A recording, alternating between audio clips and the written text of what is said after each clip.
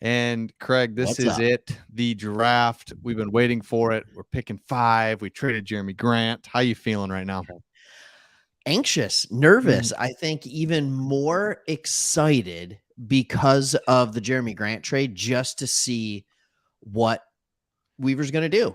Like I'm not saying I'm really excited about the Grant trade. What I'm saying is I'm excited to see what he's going to do with all the money that we have. Does that mean that we do a move? Like, do we move in with the Charlotte Hornets, take on Gordon Hayward's contract and get pick 13 or pick 15 or pick 13 and 15? Like, there's so many things that Yeah. could happen tonight. Whereas before I was like, all right, we'll pick 5. Yeah, because I mean, that Grant trade was there's no way that was just like, okay, let's just trade him. It's like, Yeah, all this right, will be fun. it's a whole I gotta believe, right? Troy Weaver and his team is talking about let's start that domino effect, and then we get to see it play out today. So it's like, let's go. Come Yep. on. Yep. Um, I agree. so I it agree. I'm a This little is more great. I'm a little more anxious because I want to know, are we doing another year of rebuild or are we going to make some moves? Yeah. That's really Yeah, and I think this is exactly what we're talking about. And I mean, like, we can show different things, but this is the kind of thing I'm talking about. Oh, we got a doctor in the house, by the that's way. right. Hey You doctor. can't judge the Jeremy Grant move in a vacuum. 100% agree. That's what I've been saying. See what happens next. If they draft Murray, maybe they pursue Sexton or Brunson. If they draft Matherin, maybe they get Miles, or I would add Aiton. And I think that is what will show you if it's another year of rebuild. Are we taking on just a bunch of bad contracts so that we have money next year and future capital? That would signify another year of rebuild. Or are we going after Aiton? Are we going after Sexton? Are we going after Brunson? Are we going after are we going after these bigger name guys in trades? Gordon Hayward, just a thing on Hoops Hype and a bunch of different places. Like, the hot thing right now is Pistons interest in Gordon Hayward. So should we talk about that for a little bit as we just wait for the draft for the next Yeah, 20, 30 well, minutes? absolutely. Let me ask you though real quick, just high level on that. I was just going to Yeah. ask you. You're pretty much what would you say, a 96% the top 3 are going to go the top 3? Yeah. I think there's a chance OKC goes Ivy, but I think Woj reported today that they're anticipating Jabari Smith, Chet Holmgren, Paolo Banchero in that order. Magic, Thunder, Rockets, and Yeah. that's what a lot of people are saying right now, and that's what a lot of sources are confirming. But it's draft night; you never know what's gonna Let's happen. get weird. Let's just get weird. Let's get weird because then the Kings, we need the Kings to get weird. Actually, if one team's gonna get weird, let's go. Ivy wearing the buffs already. Yep. Yep. All right. So this is that throwback to Cade Cunningham, gets drafted #1 last year. In the middle of the interview, he stops the interview. He's like, hold on, puts on the Cartier buffs, throws on the buffs, starts repping the city of Detroit. Everybody goes nuts. It's a Detroit thing. And then thank you, Marco. He is you're saying he's already here. He's wearing the buffs. Mario. I in Craig, have you come around? You were not initially high on Ivy, just maybe because of the shooting or just the fit, or like, are you?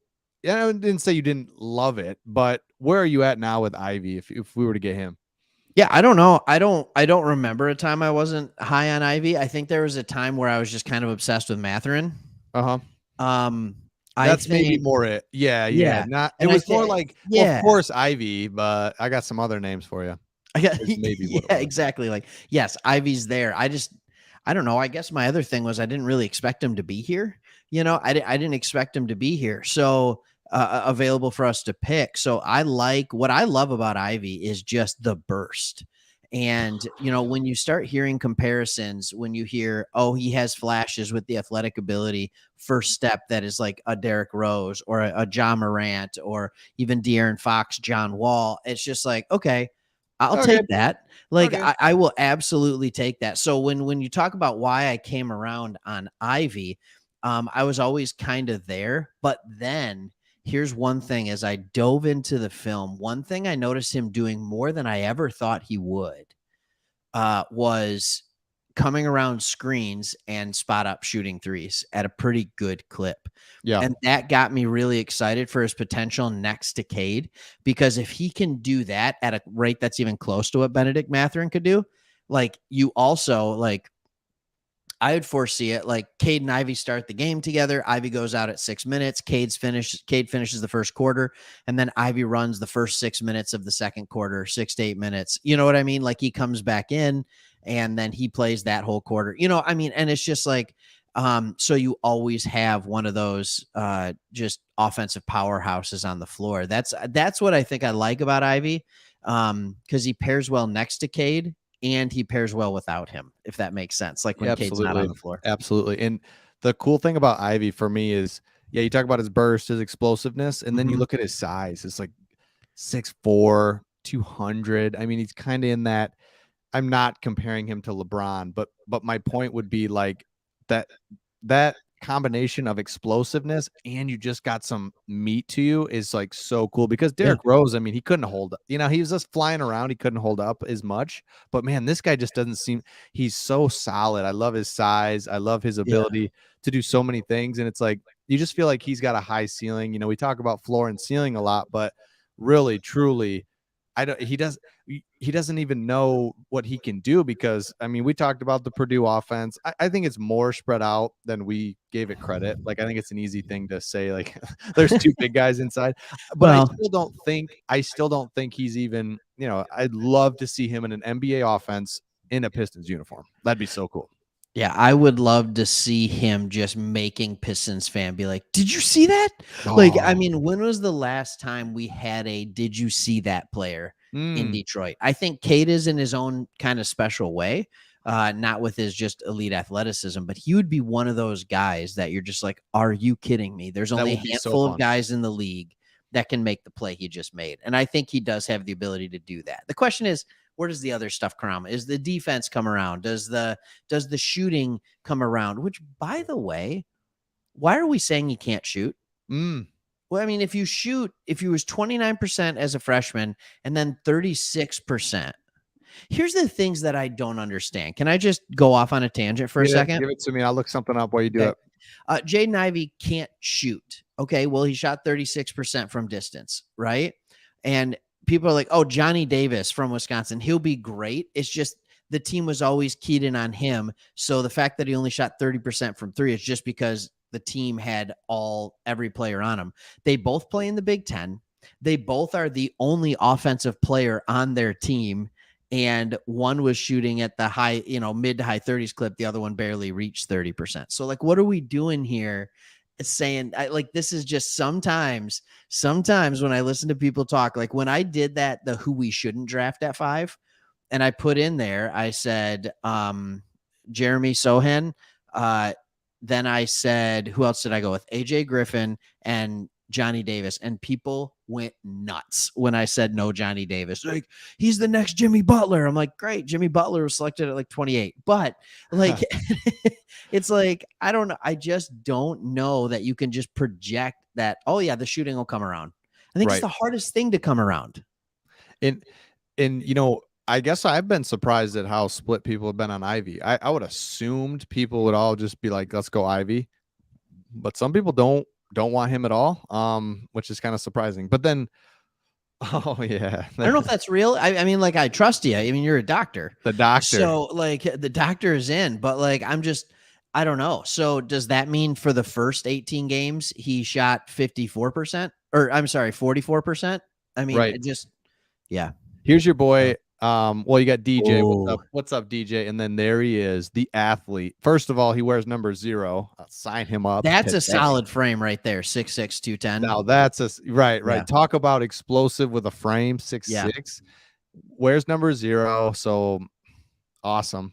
Yeah, he's going to be good. Oh, you wear number 0 at any level. It's not the Robert Parrish 00, but if you wear number 0, you're coming. You mean business. You cannot wear 00. I mean, that's like who are the zeros in this league? I can think of 2 00s: Robert Parrish and Eric Montross. I can think of the zeros, Agent 0, Gilbert Arenas. There's a name for you. Great player. I loved him. Jason Tatum.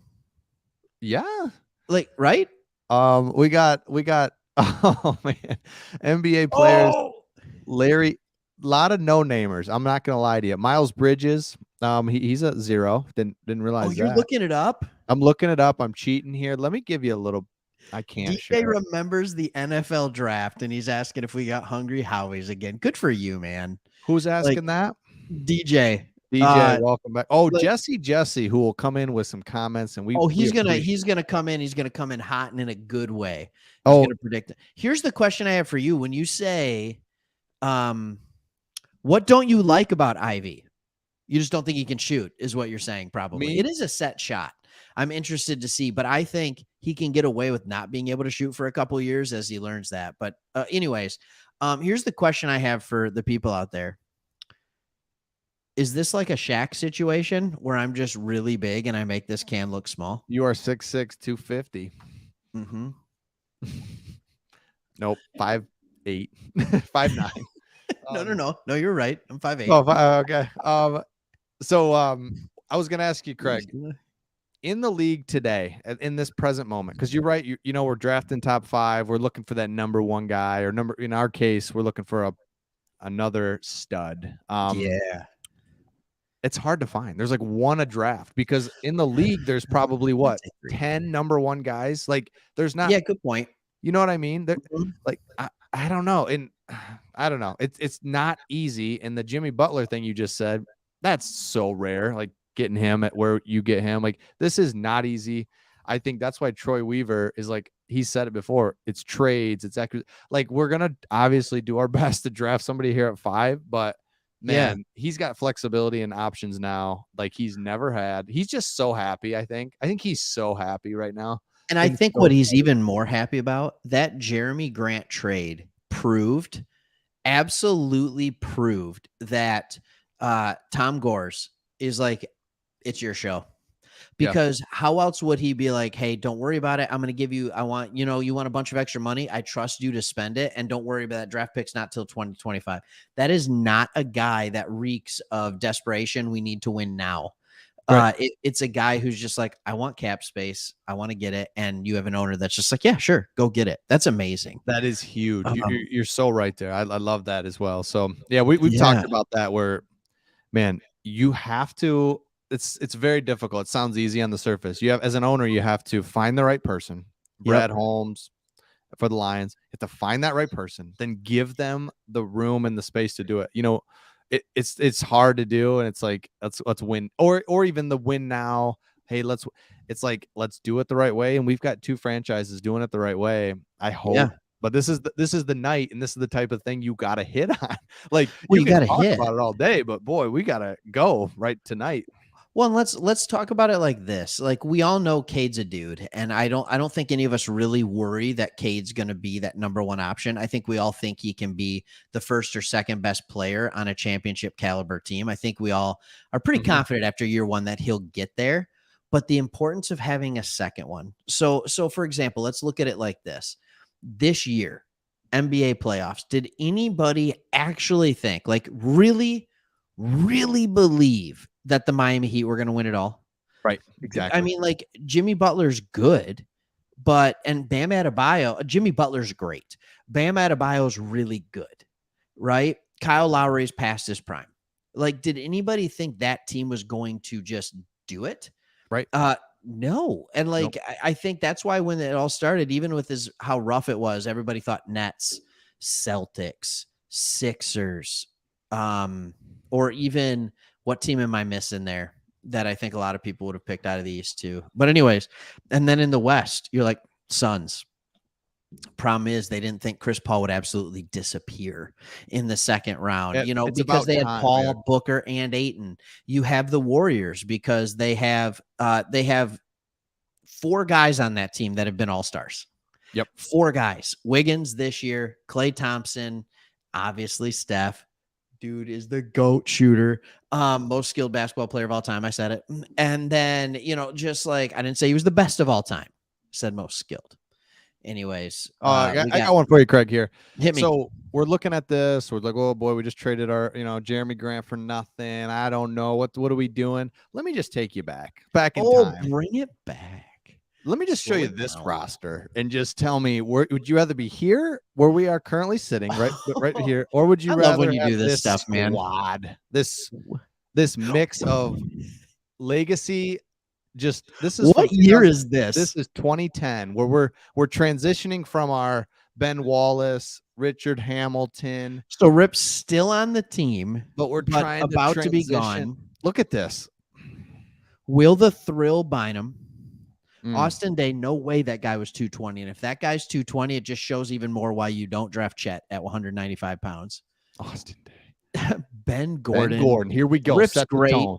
Rip's great, but I mean, he was without all of his running mates. All of his running. Yep. Jonas Drebko. Remember how much people just love that guy because he came in and hit like 2 threes one game. Yep, Italy. Yep, that's when that's when slowest release. It would get here and then you'd hold, shoot. Yes. T-Mac, remember we couldn't find a point guard on that team, and for like 30 games, Tracy McGrady ran point, I think, before he got hurt. Dude, Greg Monroe can't move.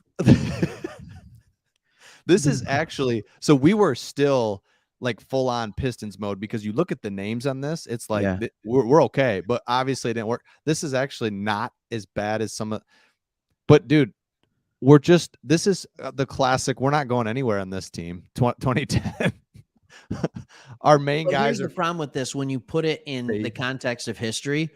It's Rip Hamilton, old, Max Seal, old, McGrady, old, Monroe can't move, Tayshaun Prince, back half, right? Like, I mean, Charlie Villanueva, no defense, Ben Gordon.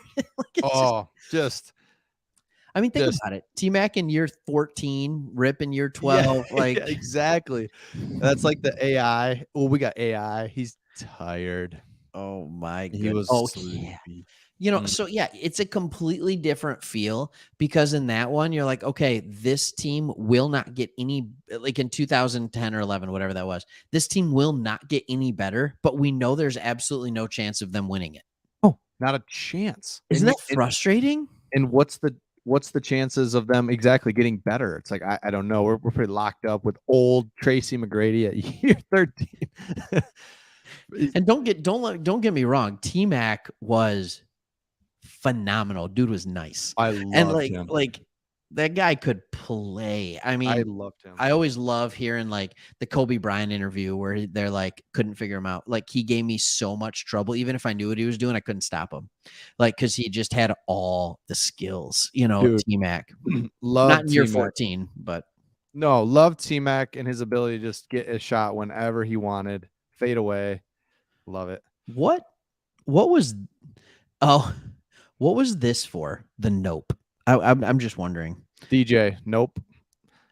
Oh, look who just popped in the chat. Coming out of Australia. Coming out of Australia, hitting it up like this guy.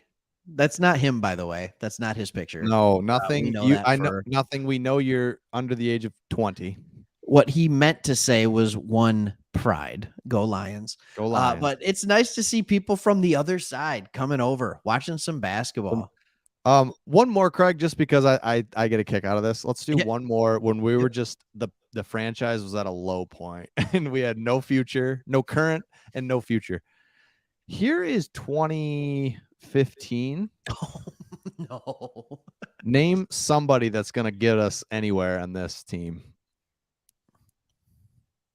Hold on, I'm reading.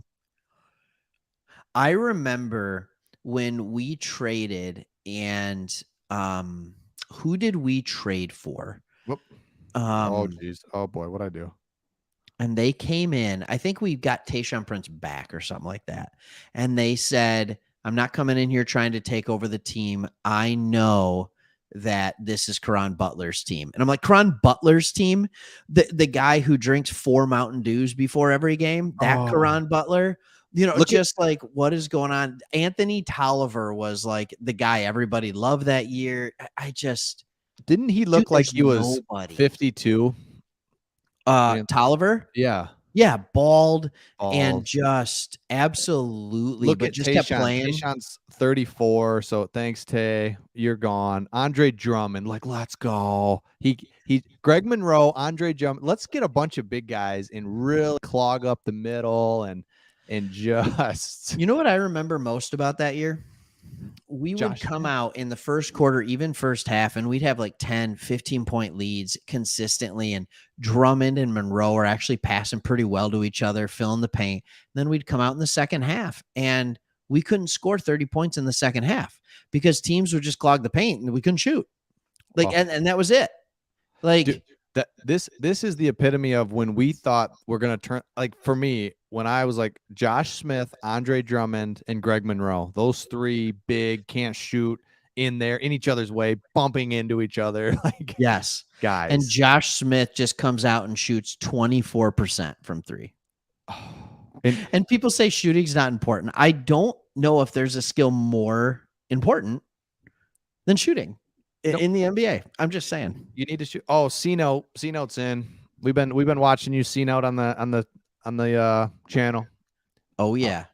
I agree. C note. I thought Monroe, like, let's go. Pair Thought he was him going to with be our guy. Drummond. Oh man, like, and then He Josh had good Smith. post moves. He could score down low. What Josh Smith would do one dunk kind of on a breakaway. You're like, oh, Yep. let's go, excitement. And so to your Yep. point, Craig, the last time the Pistons had a player like Ivy, where it's just like, whoa, and we just would get excited. It's just been a long time, man. And it would be, I mean, honestly, you can make the argument. No, you can't, because we all just wake up screaming at night thinking about Detroit Pistons Allen Iverson. And so I would make the argument the last time we had a guy that was just like, what's he going to do? Make people miss. Great first step, all that stuff. I mean, what, Grant Hill? wow. I mean, seriously, because you look at, the 0405, that run of teams, that was the whole point, right? We didn't really have that guy. We had just a great team, and Rashid. Like, I can think of Sheed being like a guy I loved, and you'd think, oh man, but it wasn't what Ivy could bring us to really be awesome. Sorry, I'm looking at this, and I'll go back to DJ's comment, but I'm looking at this. What is Banchero wearing? Maybe teams will pass on him now. Dude, I don't know what he's wearing, but it's fine. So I'm not gonna. It What's he wasn't wearing? Marjan looks good. All right. So DJ, dude, the sad part is seeing Dinwiddie, and now he's grown in his post Pistons career.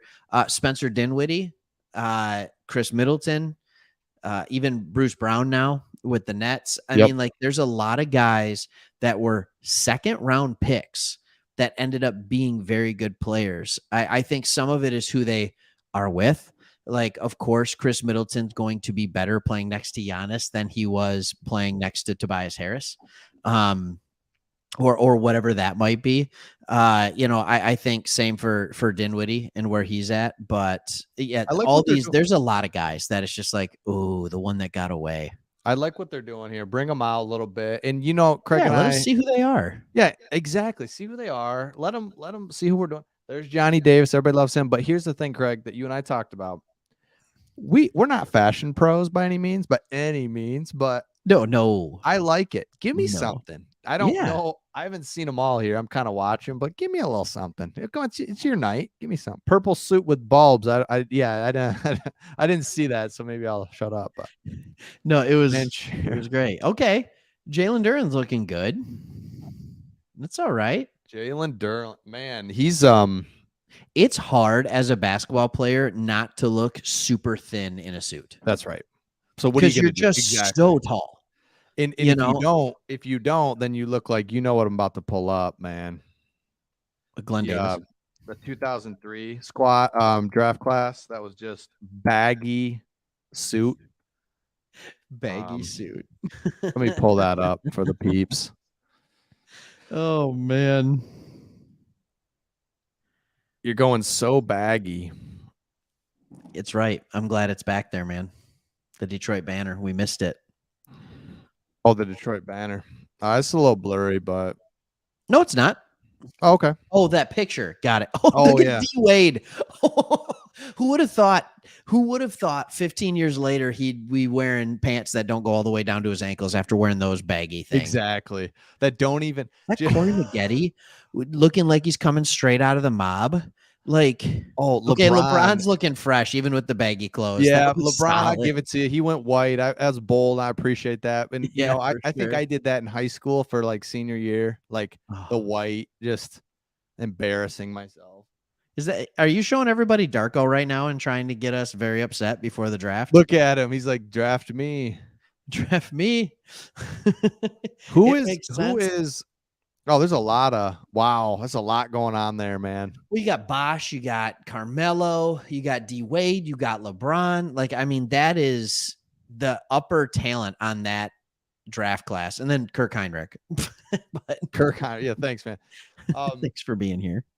Okay, we got some people coming out. I appreciate this. Some are bringing out like their girlfriends, some are just going parents. Yeah. Yeah. Appreciate that. Just bring your parents out. Absolutely. Yeah. Oh, here's your boy. That's Benedict Mathurin. That's Benny. my guy. Yeah, absolutely. That's a flash piece. That's a statement piece. Yeah, appreciate that, All right. Benedict. Any worry about this with Mathurin? Because I would be lying. I haven't said it on this channel, but I would be lying if I haven't said that I'm worried about him being Stanley Johnson. But I just convinced myself that, okay, just because he's from Arizona, I mean, Stanley didn't shoot well at Arizona. No, and he's a bad release. Mathurin has a high release, quick release. He's even more athletic, but I mean, like I get it, similar body and build, but there's much more skill on Mathurin than Stanley had. Craig, did you ever venture into blimpies back in the day? Are you talking about the sub? Mm-hmm. Wow, it has been a minute. Oh, they're declining, but back in the day, it was a little change of pace from Subway that you're like, I'll try blimpies. Yeah, I'll go a little. I think the change of place now is Jersey Mike's. Well, or Jimmy John's. Jimmy John's they are too fast. It's like take a little more time and try to. Oh, really? I just don't. Yeah, I appreciate that, Zach. Zach's a friend of mine, Craig. I'm just getting on here, man. Just throwing out blimpies. I don't know that comment can be taken in one of two ways. Like, Cino, blimpies they've really fallen off the map. I think they got acquired and I just there's none around us anymore. I remember there used to be, but I don't think I can think of a blimpie within 50 miles. No. Could you go you went toasted there pretty much primarily, correct? Yeah, that was also what was the place that really went toasted? Oh my gosh, I'll think of it in a second. Not Mancino's. Really went toasted. Firehouse Subs. Not Firehouse. Help me out. It was Mancino's. I don't know.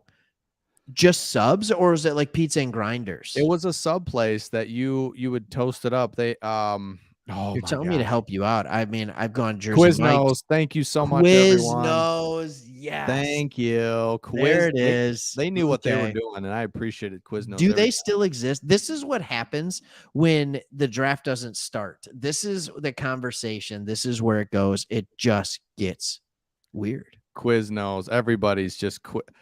Jeez. Thank you.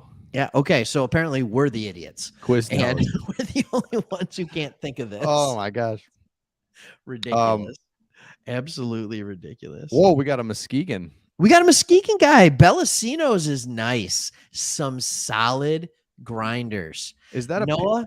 I don't know if I don't know. I don't know how old Noah is, but what I do know is I used to hit up Bellasino's when I used to teach at Reese Puffers up in Muskegon. Oh my gosh, really?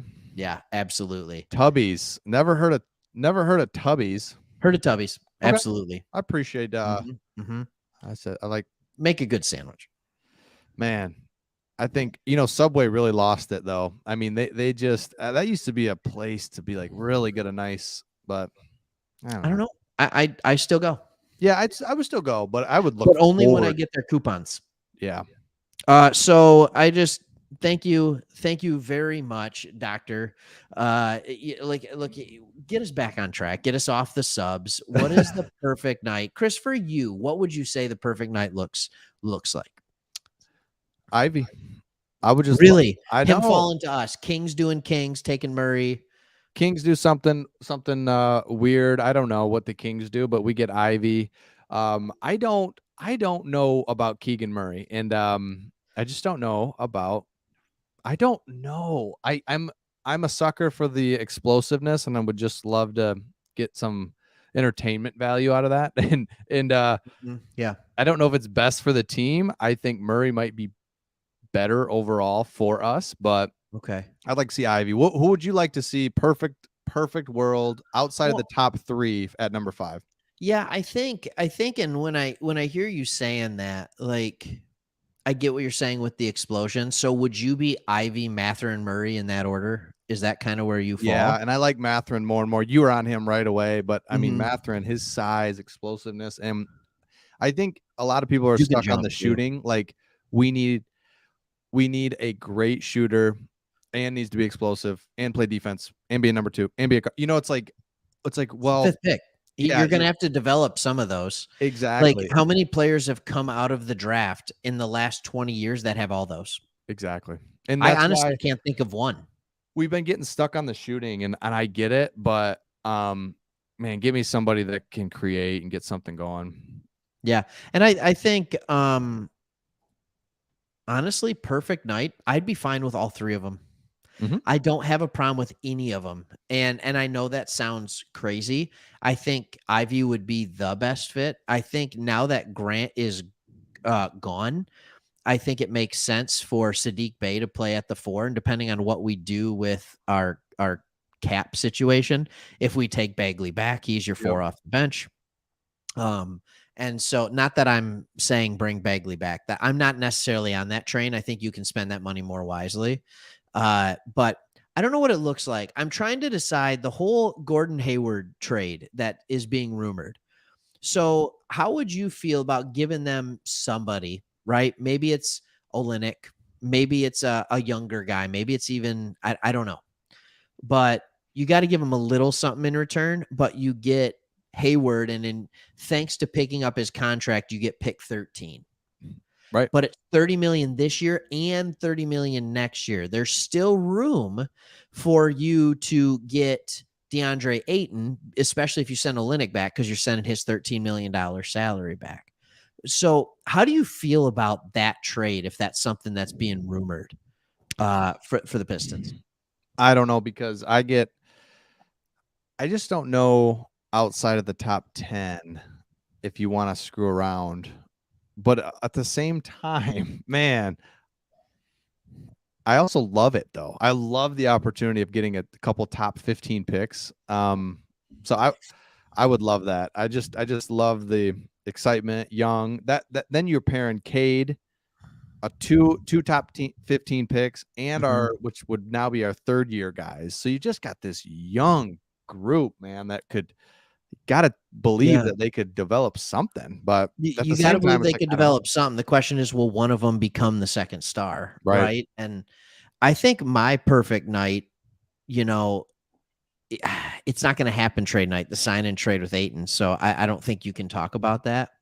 But finding a way to get back into the lottery would not be a bad thing. Oh, here's the commish. Here's the commish. He's feeling Wow. better off COVID. That's We're going good. right. We're going. See, I Hey, feel like the here's my NBA. question. Yeah, go So ahead. Tony, we've been seeing you all over the channel, man. Thank you for hanging out. Where are you from? Where you coming at us? You say Pistons fans around the country. Does that mean you're not in the great mitten state of Michigan? Tony. Are you somewhere else? And what do you think the furthest someone is that's watching right now? What do you think? Probably. Well, Australia, because we saw. Well, Australia's here, but um, oh yeah, man, everyone's noticing my haircut, my banner. It's just the What about fans my haircut? are Craig's Craig's hair. You're letting it go a little bit. You're letting it get just a touch. Oh no, This that's is like a weekend. yeah. Yes, Jesse, that's right. He's in Sacramento. Oh, I've okay. never heard of Tustin in my life. Tustin, guess the city or guess the state. Tustin. What? You said Tustin, right? Yeah, he said he was raised in Tustin, Michigan. Oh, Michigan. Well, I was gonna say guess the state. I was gonna go with Georgia. Phoenix. Yes, a guy from Mexico, which I appreciate that. Yup. Guadalajara. Cali. Cali. Flint. Jeez. Let's go. This is great, If everybody. Rockets are left with Chet, I don't think so. So here's my Chet. Ready? Jace is in Virginia, but originally from Flint. Nice. Sorry, keep going. I live in Weedman, Michigan, which is kind of by Rosebush. Is that right, Tony? Oh. Kind of up in Rosebush area. Do you know Adam House? Okay. Okay. So here's my Chet. You gotta take a chance on a freak athlete. And I will call him an athlete just because he is. Oh, he's 7. I mean, he looks very similar to the commissioner in body stature. And he just Chet. What a terrible name. But here's my thing. You have to take a chance. You have to, because if he works, boy, he's going to be a problem. If he doesn't, whoops. We had to take a chance on him. So you're talking about Chet. You're saying if he falls to us, you 100% take him, is what you're saying. Yeah, I was saying just anybody, right? Because someone made the comment like, "Whoa, what if I don't know what they said. What if he falls to somebody that didn't want?" But it's like I think anybody will be happy with it. You have to take a chance on this. He's I like think no other player fits almost perfectly for the 3 teams picking right ahead of us. Absolutely. So I don't know that he fits. I actually think he fits really well in Orlando, but I think Jabari Smith fits better. So, I mean, who doesn't want a guy who can stretch the floor as a big and block shots like it's his job? Yeah. And if you compare him with a good center, then he can possibly play the 4. Yeah. Oh man. Ooh, so you went to Florida. Okay. You made the move. You went south. I appreciate that. I like Hersey up there by Reed City. Rand. Now, is it Randy and you forgot the Y, or is it Rand? And I don't. Either one's fine. No, either one's fine. You never know. What's up, DJ from Ann Arbor? Hope things are well. Look at right now, they're going through all the number 1 picks. Well, not necessarily. Weber. Not necessarily. Oh, they're going through Orlando's early picks. Penny. So, like Penny Hardaway, they just had Shaq. I think Weber was a trade, but Dwight Howard in 04. Has you ever seen a guy whose career went from like he's one of the most exciting, dominant players to watch to literally the most boring player in basketball to watch, like Dwight Howard? It's unbelievable. In just weird, like just adding a touch of like a pinch of salt, just a pinch of weird at everything he does. That you're like, why are you doing that? What are you doing? Why are you doing that? Sorry, I saw Woj. What's he talking about? Oh, he's probably just saying that they're picking Jabari is what he's going to guess. Yeah. Yeah. Chet. Kid who walks around with a constant pouch of Big League Chew all summer long. Man, when you had Big League Chew, you felt like this is a little scary to be chewing on this. And it's little sketch. Gum. Not scary because it would last. The flavor would be just always grape, by the way. And the flavor would last for a solid 18 to 24 seconds, and then you threw it out. Yep.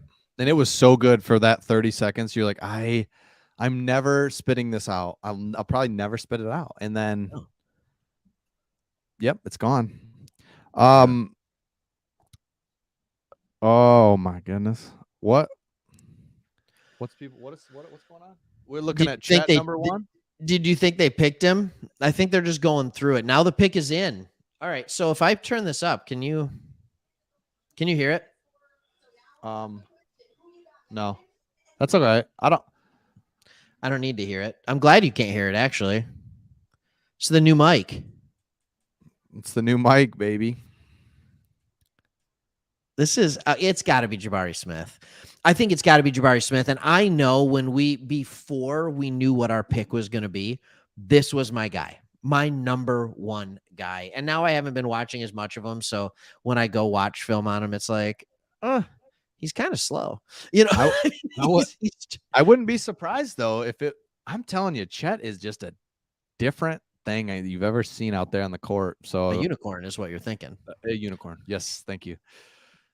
We already got one of Okay, those. Jesse, Kristaps. this guy was all over it during the NFL draft, just coming in. He's got Twitter, and he's just hitting us. So Woj must have said that Banchero. Now, Woj was the one who reported earlier that it was going to go Smith, Chet, Banchero in that order. Woj is about as reliable as it gets, if that's who he's referring to. The Woj bomb. Yeah, so if you guys recall, we anybody that was watching, we did the NFL draft. Lions pick second, and the second we go to pick, my TV went out and we didn't see it. So we're ready for this one. Here we go. Oh, it's not. Thanks, Jesse, you the man. Or the girl. Banchero. Wow. Whoa. It's that suit. That suit looks magical, so they had to take him. Christmas tree. It's an Easter Christmas tree.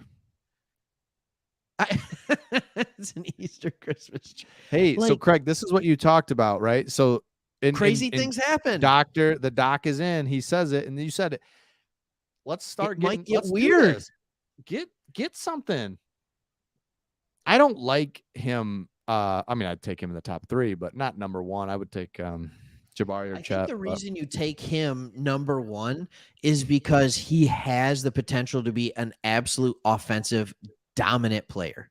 He has that thought. He could. I mean, he could be a 25 point a night guy. Not year 1, of course, but like he could be that. Now, defensively, they're not saying that. But you want to talk about a frame? What is this guy? 6'10", 250. I mean, like, it up. Yeah, he's a. Oh, there it is. 6'10", 250. So like when you watch him play, that was early on when I started watching college basketball this year. I'm like, this dude's Carmelo Anthony. Like that was my first thought. And then he ended up being a little more of a back to the basket guy because his jump shot isn't quite there yet. But I mean, he's got range. He can score around the hoop in any way you want, as long as he can figure out that sweating problem that he had. Did you hear about that? No. Like he had overactive sweat glands. So I think he started taking medication for it because like he was just over sweating. And like couldn't even get through a game. Like gets dehydrated. And it's like, the floor's wet. Everything's just slipping on his own sweat.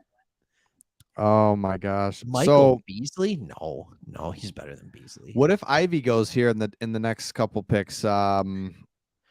Well, if Ivy goes here, I think you can almost guarantee that the Kings end up. No, you can't because they'll ask for too much. But it makes it more likely that the Kings trade that 4th pick, right? If Chet's sitting there at 4, or if Jabari's sitting there at 4. That's all I'm saying. My phone is starting to blow up with people like just talking about like what's going on. Why is he number 1? And get in here, people. Jeez. Yeah, why are you on the phone? That's a great question. That's a great. Thank you.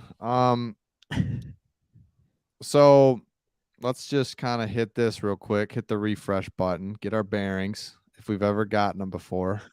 Whoop. All right. So he's saying, oh man, Rockets. I think we just both clicked on something. Rockets take Jabari, not until OKC takes Chet. Man. Remember we did that video? I don't think it's going to happen, but we did that video that I think even while I was recording it, I'm like, this is a stretch. Or we talked about how one of the big 3 could fall to 5. Yep. And how weird things happen on draft night.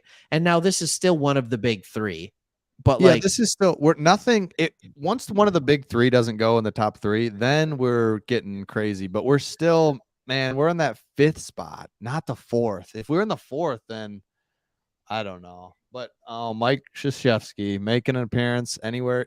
You could be watching basketball about like 6th graders, and he's gonna be there. And you're like, what are you doing? He's retired. What else is he gonna do? Oh my gosh, get out of here. Love you. Come on, he's great. Oh yeah, love him. But good time to go. Pick a team. Look, we know you're a Michigan fan, but pick a team: Duke or North Carolina. Oh, North Carolina. Okay. Tar Heels, love the colors. Just the baby blue. baby blue. They're kind of, for me, they're kind of the Florida State of like if I had to go somewhere other than Michigan, like I love Florida State. Remember when they had What? the collar that was like, Yeah. yeah. Oh Yeah, man. Florida State. Yeah, I get it. I was a Yeah, yeah. Gator fan out between those Really? two. Yeah, I thought Gators had sweet helmets when I was growing up. Oh Danny my gosh, I Warfel. love the Seminole. Yeah. Oh, what are we talking Danny about? I don't Warfel, even like, let's go. Get out of here with that know. tomahawk stuff. Get out of here. In my, I went to U of D. This is Oh, good. Sorry. go get it, hit it. Yeah. Jeez. I don't think that's true. That's it, DJ. I was just saying, like, if we had Did he 4, play there? things would get great, but we're at 5. We know yeah. I don't know. We got the same feeling that we had during the lottery where it's like, dang it. Wait, what do you mean? Oh, Just yeah, because you realize, yeah, no, that yeah. was the lottery. I don't know how many of you guys were here to watch that live with us, but the lottery happens so fast. The NBA screws that up. They wait 25 minutes before they start announcing stuff, and then they're like, bah, bah, bah, bah, bah, bah, bah, rapid fire. So it's like, give me a little bit of like anticipation here. Yeah, that's the whole point. I thought you exactly. All right, there's Chetty boy. Boy, the guy, his haircut, I don't know. My hair sucks too. Like I don't know. Just All right, okay, see, here we go. here we go. Hit us in the chat if you can if you see it. I don't, who can be the first one to tell us? Chet. It's Chet. Okay. It's gonna be Chat. Do you remember the movie? Is it Ivy? I'm pretty sure the movie was called The New Guy. It came out in like the 2000s, and it was that actor that was just the unbelievably skinny kid. No idea. Hold on. So Chet's going, okay. I had this weird thought that maybe he could last a little bit just because he's skinny. But he's not, Craig. He's gone. So then Jabari is gonna go, and then it gets real. Can I just screen share something that is going to be completely, you're just going to be like, why are you doing this? Hit me with it. All right. So like, as I'm looking at this, I can't help but think to myself that this is Chet Holmgren. Yes, he's the guy from DJ. Hey, DJ. There it is. Chet Holmgren, ladies and gentlemen. Yep. Your new number 2 pick. He was on Road Trip, right? Yeah, Road Trip, the new guy. Like he was a guy for a minute. Like it was a thing. He played to his thing of kind of being the squirrely guy. Absolutely.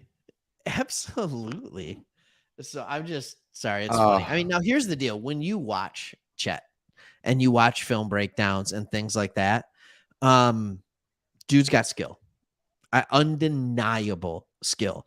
But I still wonder how he only put up 14.4 points per game with all that offensive skill that he has. Mm-hmm. I mean, I understand it's college, but just you take your chance with this guy. What a hey, so it's 5 minutes in between picks, right, Craig? Sorry, that's funny to me. Oh, yep. We're at 4. There's 4 minutes left for Houston. Yes, on Breaking Bad. I don't know why. That's right. Dreams, hit it. This is just what we're doing here. This is why we're here for that pick. Yeah, and we're gonna see. We've got a guy. He's not here. What's his name? Constantly commenting, always saying King's gonna Kings.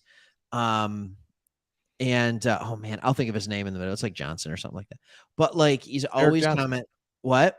Eric. Yeah, Eric. Exactly. So Eric's always commenting like, I want Eric to be in here when the Kings pick. I want to see what that's going to look like. Let's go, Kings. What are you going to do? So, right, let's just go ahead and get the pick in here. What are we doing?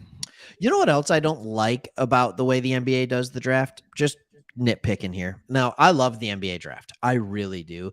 There's parts of me that like the NBA draft as much or more than the NFL draft. I know that's weird, but I really do. And the thing that I don't like is when a team picks and there's a trade, the trades aren't approved and finalized till later.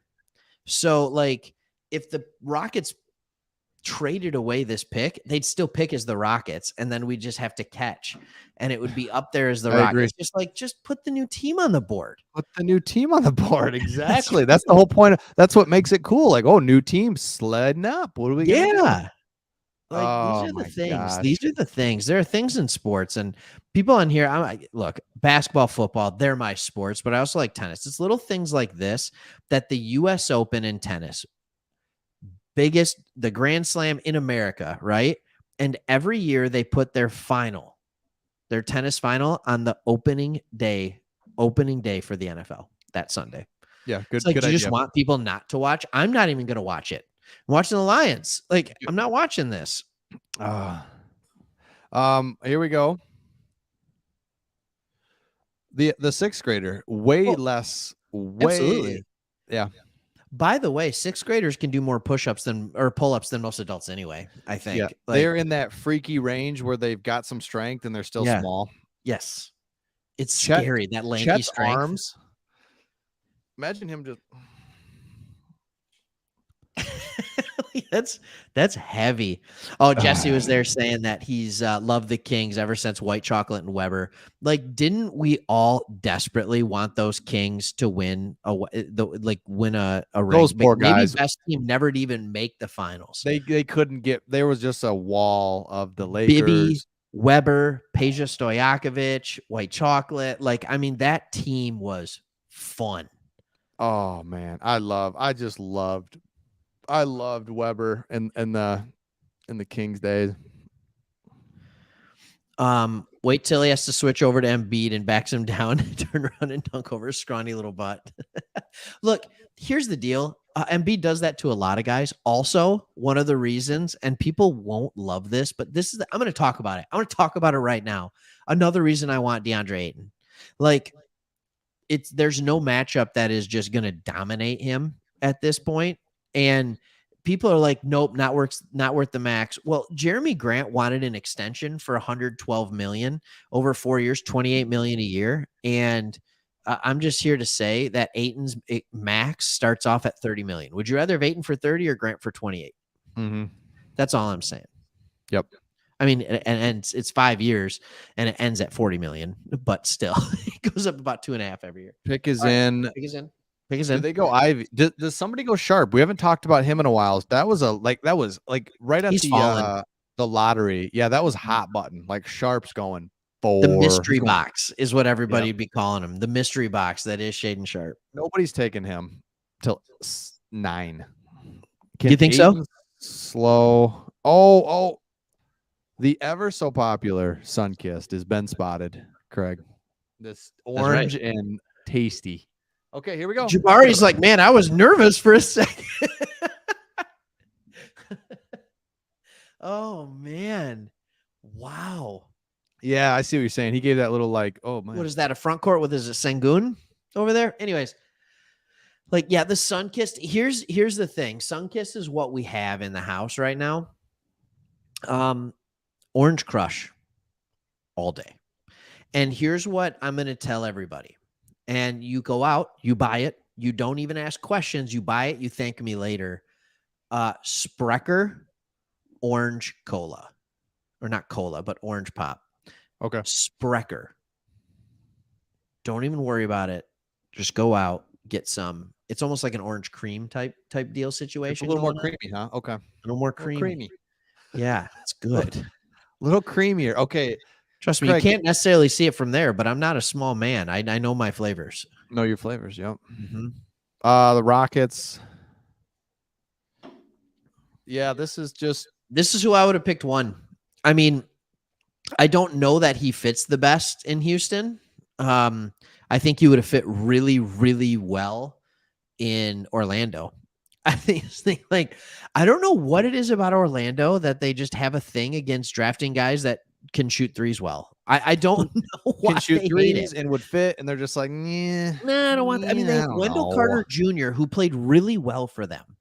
And he's your more prototypical center, right? Rebounds, scores down low, like those types of things. He can shoot a little bit. He's starting to be able to, but like, why wouldn't you want to put Jabari Smith next to that guy? Like, I don't know. It doesn't make sense to me. The Magic, in my opinion, messed that up. But yep. Okay, so we got this is the moment that if you are here, thank you and welcome to the biggest moment of the Pistons like lives. this is it. These next 10 minutes, this is massive. And then stick around because the Pistons might be doing some work and trading back in, But and we'll be around for a while. We'll be here through the lottery, maybe even longer, right, Chris? I mean, like, let's go. So somebody said earlier, would the Kings actually take someone that said, nah, I don't really want to go there, or just hasn't been openly They like have in the past. Okay. I don't think you can they don't care. They're like, you'll be fine. You'll like it. I think it was the same year. I mean, we can say this about every team, but remember when the Kings took Bagley and then Doncic went after that? That's right. Oh, the Kings are focused on Iowa's Keegan Murray. That's Woj. Let's go, Woj. How do you Woj. All right, tell me right now. Are you ready for the scenario? The Kings take Keegan Murray. The Pistons get on the clock. They sprint the card in, just like our like their neighbors, the Detroit Lions. They sprint the card up and they draft Benedict Mathurin and leave Jaden Ivey on board. What are your thoughts? Oh, hold on. I just am getting more excited about Ivy. He said that the Pistons were possible trade partners with the Kings, but they just want Murray. So here's my question. We talked about a ton of teams that wanted to trade up to get Ivy. If you're the Pistons, do you move back one spot with the Pacers? Because we know the Pacers want Ivy bad. Do you move back one spot, get a little more capital, and then take Mathurin? Like these are the questions that just start ripping through my mind. And if you're Troy Weaver, you have 5 minutes. Not even. Yeah, I was gonna say, imagine. Troy Weaver's not even, he's just sipping on he's sipping on a little tea. And meanwhile, we're just like tea or whiskey. Oh gosh. Seriously. Is he, that's just like what you picture draft rooms is like, he is like old school draft rooms. Phones are just ringing. He's like, no, pick is in. This is amazing to me what's happening. Like, we all say we get screwed because we all want Ivy at 4, right? And we get 5th. I still don't think I mean they could just go pick Ivy right now. I don't know. What are we doing here? But I think here it is. Hold on. Here we go. I think teams like Murray, and I think we are one of them. Go ahead. Here we go. Keegan Murray. It is Murray. Dude. If we get Ivy. Here we go. I'm behind you. I had to hear it myself. Okay. Don't get me wrong. I love Keegan Murray. Like, I would have loved him. I think he could be phenomenal. Hey, but dude, okay, Cade, Ivy. Hold on. It leaves something to be desired in the front court. Yeah, that's what I'm saying. And that's where we have to go make a move. But again, we don't do this for fit at the 5th pick. No. It's just. So Craig, what if we don't take Ivy, who we take? Are you serious? Do I have to hold you to that? Because what if they go do something even better? Dreams. All right. Troy's going to do something here. I don't know. Put me down for that. I would be. Oh my goodness. Ivy could be. That could be a game changer. Like, don't get me wrong. Like I said, I love all 3 of them. Ivy could be. He has the highest ceiling of the 3. Ivy said he wants to be in Detroit. DJ. He loves Detroit. That all of a sudden, though, what you do is you just add this punch to our team, right? Like just a little juicy. Dude, Woj is what's up with this guy, man? Woj has been You have to understand, Woj is the NBA rumor mill. I feel like, dude. Yeah. Despicable Me, the movie Despicable Me. I have kids, right?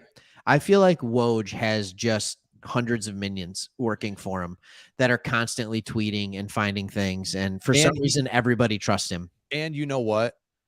Schefter was like that, young Schefter, and he's lost. Absolutely. He's gotten weird. He's pushing the envelope way too hard on things. And Woj is like, I'll just give you the facts. Just shut up. And it's true.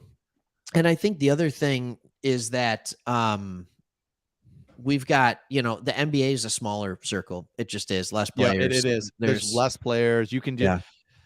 All right, Jason, welcome. Here we go. What are we doing? What are we doing? Why don't we just? What's the holdup? I completely agree. No, I think you and I did not think we'd get Ivy. We were looking. We're looking at Mathurin, Murray. We looked at some different things because we were excited about.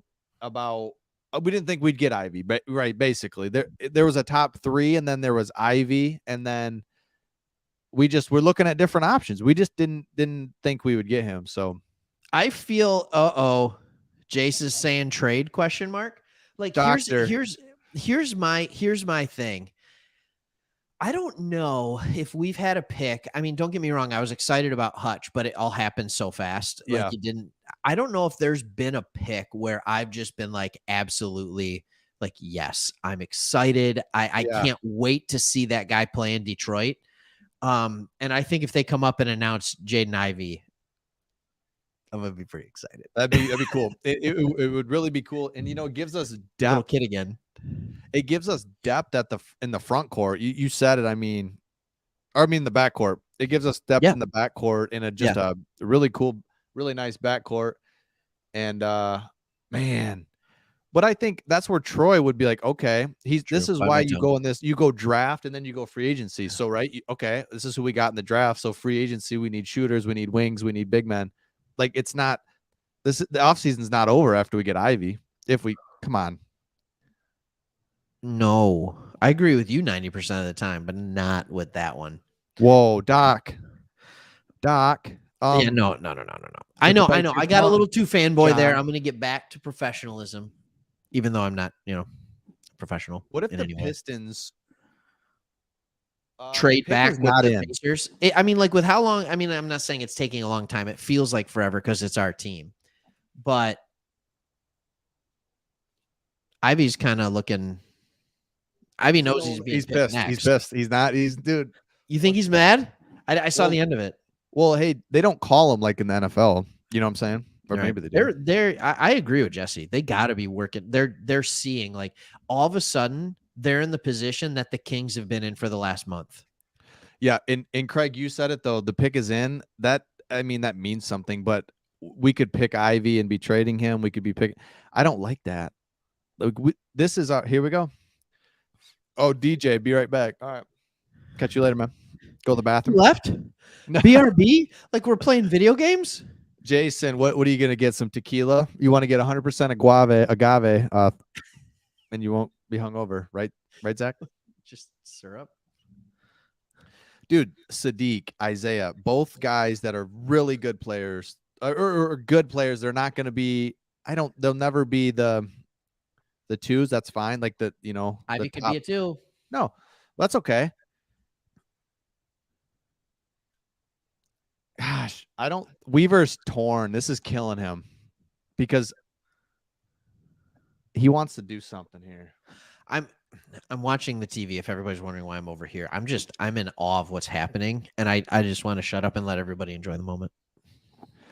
Yeah. Jesse's making a great call here. Yeah. You just keep enjoying this. Oh, who just said? Oh, he's crying. He's crying. We got him. Ivy. That's my guess. Jaden Ivey. Yes. Yes. Let's go. NBA champion. I can't believe what happened. The King's going king. The King's going king, man. He's so happy. Hopefully he's got a little chip on his shoulder too. Yeah, you pass me up. He said he wanted to go there. He knows he's got a playmaking running mate, Cade. Oh, and I know the Detroit Pistons fan community right now, some of them are upset, some are thrilled. I'm telling you, you're going to watch this guy and be like, uh-oh. Like, I'm okay with that. I'm all right with this guy. He's Unbelievable. wow. Matt Painter, weirdest looking dude. Oh, weirdest looking dude I've ever seen. He's looked that age for 20 years. He is. Oh my gosh. So Cade, Ivy, Bay, Ayton. Maybe. What are we doing? I mean, there's holes to fill, but there's DJ, 53 there million you to go. do it. DJ was getting nervous, and he was gonna. Vacation just got better. Where are you on vacation at? Like, Man, he was talking about getting drunk, and so she's the head coach at Notre Dame, right? His mom. Yeah, played Is for it the Notre Dame? Shock Is or that something. right? Somebody can correct me if I'm wrong, but She used to be or assistant coach or played for the Shock or she's 27 years as a player and a coach. So look she at these knows what's up. highlights. Yep. Nobody else is just finishing like look at that. these highlights. You tell me he sucks. Oh, okay. No one's saying he sucks. Oh, goodbye. Oh my goodness. John Morant type of speed. Every time you hear John Morant, you be happy with it. Dude. Oh, he's Ja. And then we got Cade. Because Cade doesn't have a comp really. No. You know what I'm saying?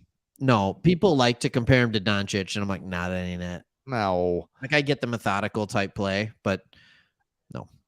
It's totally different. Doncic plays a lot of bully ball too. Ivy is the man. This was huge. I don't. Watching Ivy in a system where the floor is open for him would just be unbelievable. Oh, so now what we can do, Craig, is breathe. Yes. All right. But what we can do is we got Ivy. Let's go.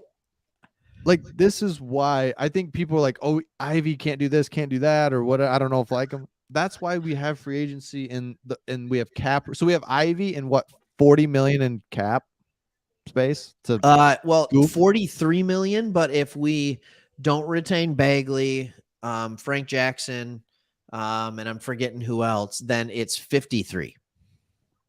So it's a ridiculous amount of money that we actually have if we want it. So you can go out, and now with Ivy, I don't know if they expected that. I think it was Murray.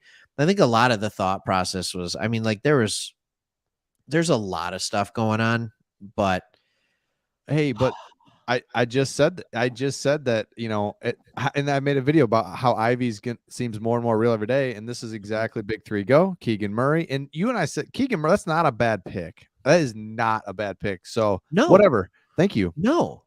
And if I'm the Pacers, I'm picking Benedict Mathurin, and that's not a bad pick either. And I think to say we got the 5th pick and we get a guy with that elite athleticism. Look, I get it. Like off-ball defender, he has lapses. I get it. Like his shooting, even though it was at 36%, like I get the worries of does it translate to the next level and things like that. But like, dang, man, like those are things that I would rather work at that. Yeah. No, I just got a text. You know, our boy Cal, right? Like you just said, you just got the best player in the draft gifted to you. And that's how I feel. Like if I had the number 1 pick in this draft, there was a decent shot I would have been looking at Ivy. That's right. That's just, I don't think it would have been. I think it would have been Jabari Smith, but yeah, dude. This is great. This is just it's hard to really and math. Yep. Mm-hmm. Hey, this is all great. Congratulations. Those two are going to go head to head in the division for years to come. Congratulations, That's great. everyone. This is all fun. And Mathurin, we would have taken. We said it from the beginning. You said it. One of those 3 guys we would have took, and I swear we would have been happy. But man, Ivy wants this, man. He wants us. He wanted Cade. He wanted it. Mm-hmm. Thank you. Here's the thing Thank that goodness. Craig and I have been talking about. We were in a terrible spot starting from 2011. We just looked Yeah, back at the 2010, roster. If you 2011, guys were yeah. on 2010 is when it went south, where we had some of the old guys. Rip was still hanging. Tayshaun. We started to transition into the Ben Gordons. And now 12 years later, it's like, whew, it's looking good. It's looking, Look, I get it. 12 It's years. draft night and you don't know what it's going to be, but oh my goodness. What's the floor on Ivy? We talk about Matherin's floor, Keegan Murray's Oh, floor, no. and all that kind of stuff. What? What do you got? I Oh, don't you know. just I don't read know. something else. Okay. Yep. So, Sorry. Things got a little crazy. what's the floor on Ivy? Just elite athlete that can get to the hoop. I mean, At will. Okay. I Cool. mean, doesn't every team need one of those or want one of those? So, I mean, what's the floor on this And guy? dude, I always look at A walking hey, bucket? who's your guy when the shot clock's running down? And I might have already said this, but I don't know, because the shot clock is running down in the NBA. It's 24-second. You cross Yeah. half court, there's 19 seconds. It's running down. It's like you gotta go. You gotta Yeah. get to the hoop, man. This is Yeah. great. Fast break, easy buckets. When you look at the Pistons offense last year, both in transition was a little bit better, but in half court offense, it was historically bad. It was really, really bad. And Yeah. so having a guy that can just go straight, get a bucket, invaluable. Invaluable. Keegan Murray wasn't just go get me a bucket guy. Benedict Mathurin wasn't a just go get me a bucket guy. I'm not saying they can't develop it, and that's what we talked about. I'd rather them dribble the ball handling or develop that rather than a shot. But seriously, Jaden Ivey, that guy I can't believe the season doesn't start till October. It needs to start now. Well, this is huge. I don't want to wait 4 months. This is huge for us because you just talk about the excitement level. He's the guy. I think Mathurin, you would have got yourself pumped up about.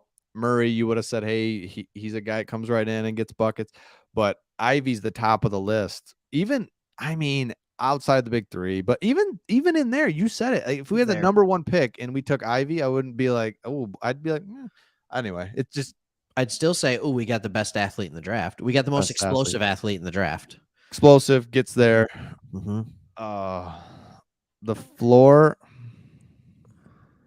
I think the other thing about Ivy too, Ben Mathurin and Keegan Murray have this going for them as well. The unbelievable jump from freshman year to sophomore year, just a different level player. So you can't just sit here and tell me that dude doesn't work and things like that. And then just all of a sudden you go up 7-8% on your 3-point percentage, your points per game. You know what I'm saying? It doesn't just happen without doing anything. That's right. Do we do anything here? I disagree. He's got a much better handle than Diallo, but I get what you're saying, but he's already a better shooter than Diallo, I think. I get that though. I get what you're saying. Great athlete. Absolutely. Oh, is this real? Is that a Woj? No, that's a DW. That's a really happening thing. They're on the clock. Shaden Sharp, good. Give him a whirl. Now here's the question with the whole: do we take the Gordon Hayward contract back? Right? Is it one of those things where you want a Jalen Duren if he hangs around till 13? Williams from Duke. Now we need to start talking about these other guys. That Atari Eason.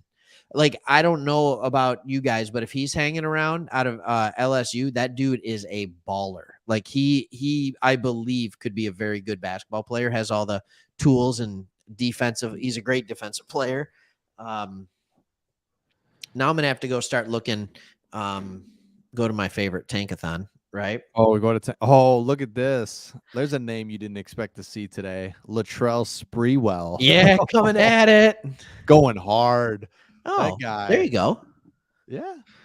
Okay. That's the best way to say it. A young Latrell Sprewell. So, all right. So let's look at this team right now. And one of the things that people are saying we're struggling with the Ivy pick. So Cade did not shoot the 3-ball well last year. He shot it really well in college, but he didn't shoot it well last year. I think you expect that to take a jump. But with Cade, Ivy, whoever's playing our 5, like, I mean, they're saying I know we were talking about with Ayton there, like it's a bad 3-point shooting team. So if you're trading back into the lottery, late lottery, or in the teens, you want to be looking at a guy like AJ Griffin? I know I said don't take him. That was at 5, right?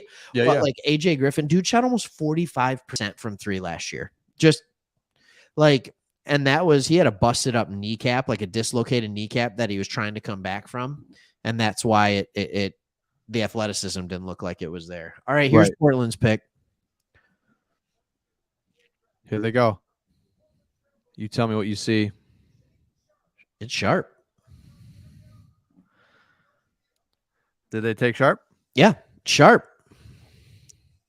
So now they have 3 guards.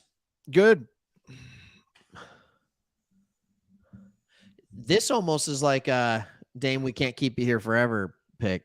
Yeah, we're gonna have to at some point. Gotta have to. I don't know if I understand that. Carrie Jessica is saying that we're complaining about Ivy, but we're not. We're not complaining about it. We love Ivy. Ivy. We love him. What are you talking about? This is the greatest draft we could have imagined. This is the best scenario that I could thought of. Ivy falls to the Pistons. Let's go. Now, exactly what we wanted. Carrie Jessica. The thing is, we just got to do some things in the free agency. And, in free agency, we got some work to do. But we probably came in when I was talking about the bad 3-point shooting. I was just trying to talk about what we do now in free agency, and if we trade back in to get that. Absolutely. Yeah. No, Jaden Ivey. Look at him. Could not be happier. No, look at how he just looks like a great basketball, even in a collared button up. Yep. Looks like an athlete. Looks so good. Oh man. Jaden Sharp, Kentucky. That's funny. The Pelicans. Look at Dreams is always just saying things. Oh, so he's predicting out. Oh, look at. Oh, come on. No. So are you trying to get the Griffin at 10 or higher? Is that what you're trying to click on? What's that?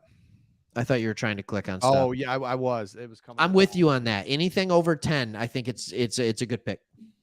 Craig, when does the just real nice talent start to diminish? Is it at 10? Is it at 13? Is it at 15? Is it 20? I mean, where you're just like, hey, anybody? I think the real nice talent where, you're picking it up and you're feeling pretty confident in it was at 6. I think Sharp is an unbelievable talent. So, I mean, when you talk about talent, it's still there. Dyson Daniels might go next. He's a phenomenal talent. I think you're getting into the point now, though, after Shaden Sharp was selected. And I'm going to put Dyson Daniels in that too, where you're wondering like, okay, what does it look like? But at the same time, like, it would not surprise me at all if Jalen Duren ends up being just a absolutely phenomenal center. Right. Okay.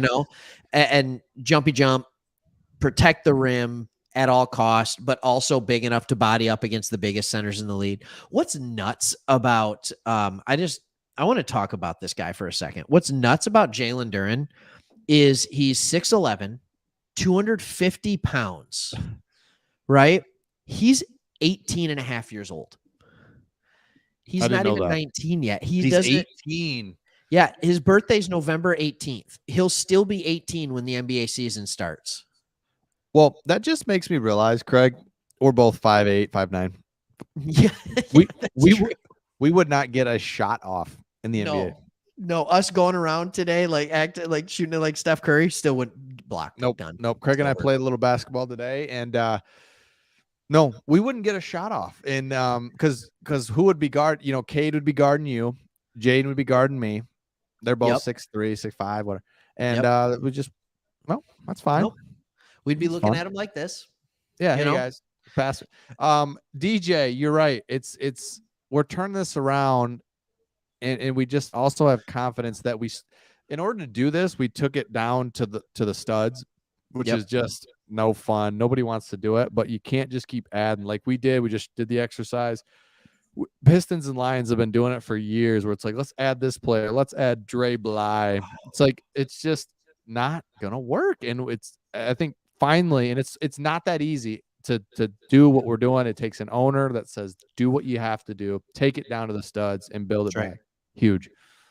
I think I'm in the minority here. I love taking it down to the studs. Mm-hmm. I just love the rebuilding process. So being a fan, watching along with it, seeing new players come in, fresh faces, new blood, just the excitement of it all is fantastic if there's someone that's doing what you want. And I don't want this to be viewed as a comment that I say where like I know things, because I don't. I'm just a dude watching and that loves this team like all of you. But it's really nice when you have something in your head and they do it. Like, and then and if you don't have it in your head and they do a pick that's different than what you thought, you're like, oh, that's so much smarter than what I was thinking. That's right. And it's just so nice to have Brad Holmes, Troy Weaver. It feels like they're a step ahead. They're 4 steps ahead of us, but they're a step ahead of their competition too. It really does feel that way. So, yep, there's Dyson Daniels. Okay. And Craig, doesn't it feel like with the Pistons and Lions, they're kind of cut above when it comes to the big four in Detroit, where that's who we care about. Like at one time, I think the Careful. Tigers and the Red Wings were, they were The good. Wings right? are the Wings, right? I mean, we were just but I just feel like people are like, all right, who's gonna be the first franchise to really turn around Detroit sports for us? And we're all kind of looking at the Pistons and the Lions. And I think that we're hoping it's those two. I think here too, in Detroit, I'm very confident in 3 of the 4 GMs. I'm confident what Yzerman's doing in Detroit with the Red Wings. Not as confident with Al Avila with the Tigers. I think he's had a couple of good picks. Don't get me wrong, but I'm just not as confident in what he's doing there. But that's fine. There's still a ton of young talent. It's fun to watch as long as they're not always injured all the time. And I love this comment, Craig, about you need a little luck. Lions got it. Lions got it. You let Hutchinson drop to us. Yeah. We get a number 1 pick in Cade, and then we get Ivy at 5. Yes, it's unbelievable. You need a little luck. And then with that luck, you need to put yourself in position to win. So that's right. I remember when I was a kid, you'd always have, those little scratch off lottery things, or you'd put your name in a drawing or something like that. And I'd be like, I never win these things. My dad would always say, it's not about luck. It's about putting yourself and giving yourself the opportunity to win. Right. And putting yourself in a position to succeed in it. And it's like, well, at first when Jeremy Grant got traded, I was like, oh, but then it's like 53 million. Like, whether we're able to capitalize on that money this year or not, you're putting yourself in a position to be successful. Yeah. And even though we got knocked back to the 5th pick off the 3rd pick, like that's where the luck comes in. And we were still able, able to get an elite talent. And we weren't at pick 9. And then you're just like, so what? Dyson Daniels just went 8, right? Nice player. Going to be a phenomenal defensive player. Can pass the ball well. He can't shoot. Like, that might come around. It might. But, like, there are so many question marks with that guy. Like, he's going to be a good defensive player, and he can probably guard 1 through 4 at some point in his career. But, like, I don't know. I think there's just so many more question marks when you're talking about picking at 8 or 9. There are. Absolutely. There's some nice players. Don't get me wrong. Oh man, just unbelievable. I just can't believe you're so right. We put ourselves in the position to make it happen, get a little luck, and look at that. This is a little Lions talk as we're going Pistons and best wide receiver. Yeah. And like trading back up at a good price too, by the way. A really good price. That's the one thing that I will say that so far Brad Holmes has over Troy Weaver. I feel like Weaver has a phenomenal job at identifying talent in the draft and throughout. I mean, like Sadiq Bey, Isaiah Stewart, Cade Cunningham, I get it, but he didn't have to draft Cade. Like, that's the thing. And now with Ivy, but I feel like Brad Holmes, whenever he makes a trade, you're like, oh, we won that. That's right. We won that. And Weaver's made a few trades where you're like, what's the plan? What's next? What's is next? that part of something bigger? Exactly. This Ivy thing is just Let's help Flight out. Flight, what's you doing, man? We're on pick 9, buddy. We got Jaden Ivey. Let's go. What are you doing? So we're hoping to get Ivy. We got Ivy. Boom. There it is. So this is a good question. With our backcourt just looking a little healthy now, do we still need Brunson, Sexton? I don't know. Why not? Like, right. I don't think Brunson. But like, here's the thing. Isn't Ivy just a better version of Sexton? Like when they were coming out of the draft? That's right. Like, that's just kind of the same knocks on them. You question what kind of a shooter they're going to be. They both can get to the rim. Ivy just does it at a higher level. So Sexton can shoot though. So he could be that sixth guy off the sixth man off the bench that just comes in and gets you buckets. So, and Jaden Ivey wears number 23. It's gonna be sweet. It's gonna be sweet in the Pistons uniform. That's gonna look good in a Pistons uniform. One of the few numbers that's not retired in Detroit. That's right. Love it, man. The Spurs. Jalen. Okay. Duren. This is I still have hope for Killian, much less now that Jaden Ivey's here. I don't think Killian really fits. This was not a good night for Killian Hayes, but I love that he's calling him Killing Me Hayes. Well, that'll never leave my brain now. Killing me softly, killing me slowly. He's still, I mean, defensively still able to get in. Fantastic. 6-man-ish type of thing. And then I don't know how you play him and Ivy in the backcourt together.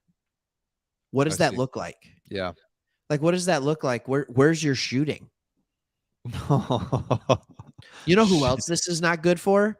They're not going to pick up Hamidou Diallo's extension. The team option, not happening. See ya. Good luck. That frees up $5 million in cap space for us. So we're at 48, and then we just decide what we want to do with Bagley. So yeah, and Rand says it right here. I mean, you still need that player. I don't think we trade him, but Bagley. See, well, I need someone to answer me that question. How does Ivy play next to Killian? Like, where's the floor spacing in that? I mean, unless Killian can unless he can shoot at a 36% clip, 35 and above from 3 next year, and then yes. That's right. Then yes. Question, would you rather have Killian Hayes in a 3-guard rotation or a Colin Sexton or a Jalen Brunson? Right? I mean, like, and I know they cost a lot more money. We looked at Colin Sexton's stats, and he scores and shoots better than we thought. And it's like, yeah, he's a straight, nobody thought it was going to be, but he's a straight knockdown shooter when it comes to the catch and shoot. He's over 40%. He's a knockdown shooter. He really is. And I'm still a Bagley guy. I like Bagley. I like how, this is a perfect way to say it. He was underutilized, bad team, came in, little injury, little knee, didn't really get a chance. So yeah, I'm opposite. Okay. Sorry. I'll be right back, Craig. We don't disagree all that much. What'd you say? Keep talking. I'll be right back. Okay. All right. I'll talk about Bagley and get everybody upset. Look, here's the thing about Bagley. I don't think he's a bad player. He's a guy who doesn't space the floor. He plays really bad defense. What he does well is he's a vertical lob threat, and he can play pretty well with his back to the basket, and he rebounds at a pretty decent clip. But he does so many things poorly.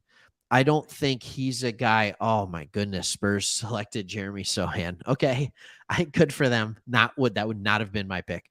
That would absolutely not have been my pick. But that he does have Spurs written all over him. So yeah, I mean that could go well. Anyways, like I don't know with Bagley. I just don't think he's worth the contract that you might have to give him. All right. I don't know about that. I think Stewart's on the bench if we get Ayton, obviously. I don't know if Bagley starts at the 4. I think Bay starts at the 4. I think Sadiq is your new starting 4. I don't know where we're going to go at 3. Maybe it's Gordon Hayward. There's a lot of we're getting close to if we're going to trade for that pick and take on the Gordon Hayward contract. But I just feel like if you have a starting 5 of Cade, Ivy, Bay, Bagley, Ayton, there's just not nearly enough shooting on that team. Not nearly enough shooting. That's a good. Team. Yep. That sounds like a good. Also, a horrible defensive team. A lot of length, but just a bad defensive team. So, the Spurs picked Jeremy Sohan, and I don't love it, but it's a Spursian pick. It just makes sense. Yeah, he's a good defensive player, very good defensive player. The Steelers of the NBA, where you're just like, okay. I like to call them the Patriots of the NBA. Oh, even better because they're a little weirder than the Steelers, where it's like, yeah. I mean, it's just you're right. Steelers make the really good. Like, how'd they get him at 25th pick? Like, how? But with Spurs and Patriots, you almost can guess who they're going to pick. Oh, there's our boy Ivy. He's talking to Spike. He's talking to Spike Lee. Oh, how you like that, Spike? Dude, he looks so good in the Pistons colors. Dude, man. You getting that jersey? Oh. Or are you going to go for the jersey? Yeah. I want. That's the thing. He just looks cooler than Chet. So that's all I care about. Who looks cooler? Thank you. That is exactly right for Bagley. That is his role. And that's what I say too. Catching lobs, playing good, or from Killian too, from Cade or Killian. And just being an instant bucket coming off the bench. That's what Bagley's best place is. How much are you willing to pay for that? Does Bagley think he's more than that? What'd you say? Does Bagley think he's more than that? I don't know. I think he thinks his talent level's through the roof, but how many times does a guy get injured before you realize he's always going to be injured? Right. I think he's there. And speaking of there, I always like when people say they like our ideas. So, Rand, back again. I love your idea of Hayward and Duren. Like, yeah, that makes sense, right? Get Jalen Duren at the 13th pick and Gordon Hayward. And so then, you have Stewart and Duren at your 5. You have Bay at the 4, Hayward your 3, or however you want to play them, 3, 4, whatever. And then Ivy Cade. That's not bad. Hayward can shoot. Bay can shoot. Hopefully, Cade is more reminiscent of the shooting that he had in college. So yeah.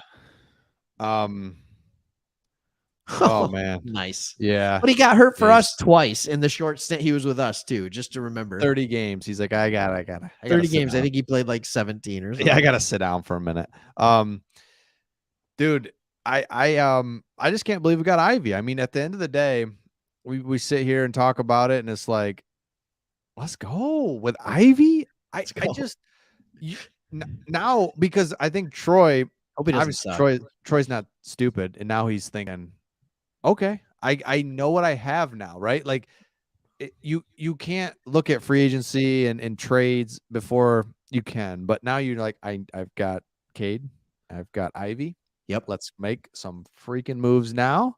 Yep. We need some shooters. We need a bit, that's just Troy knows what's up. I would love to see. Do the Pistons have like what the Lions do, like a behind the scenes thing? I don't think they do, like the draft room. I'd love to see those guys going nuts. No, they've done this. I forget what it's called, but their media team is not nearly as active as the Lions. So, that's all right. I appreciate the Lions and their ability to be transparent, but the Pistons, I get it. It's not as much to be transparent about. They'll do quick little 5-10 minute things where they spend a day with one of their players or something like that. Absolutely. Or a couple hours with one of their players is actually the better way to say it.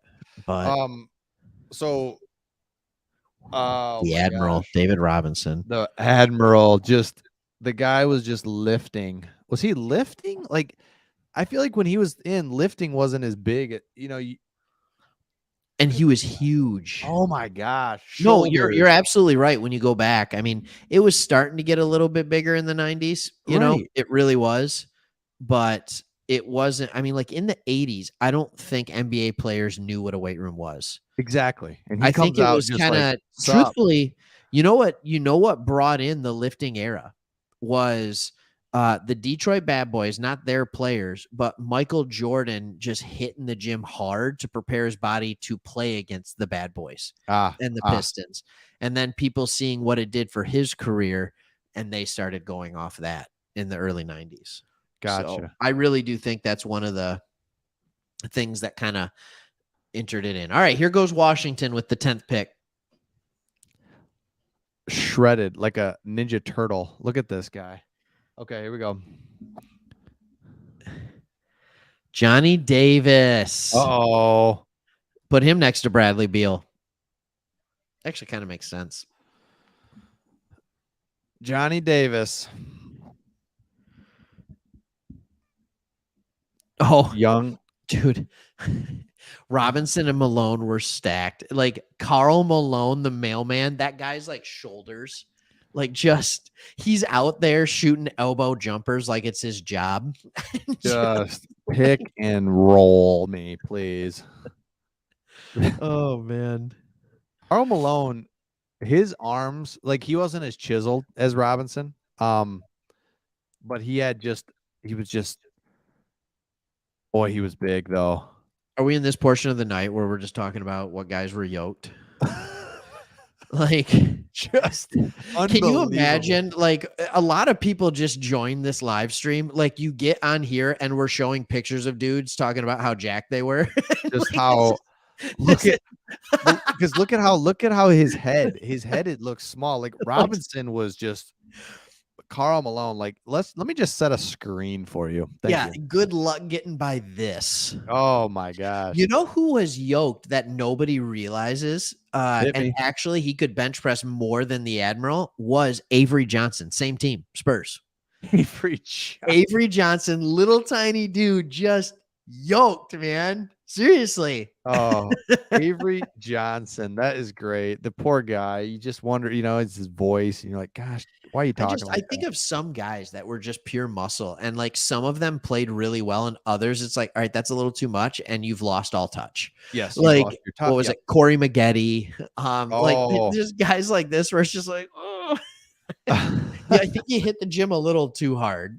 So, um, last one. Someone's saying Ben Wallace. oh, Let's look at Ben Wallace. Young Ben absolutely, Wallace in his absolutely not. prime. Yeah.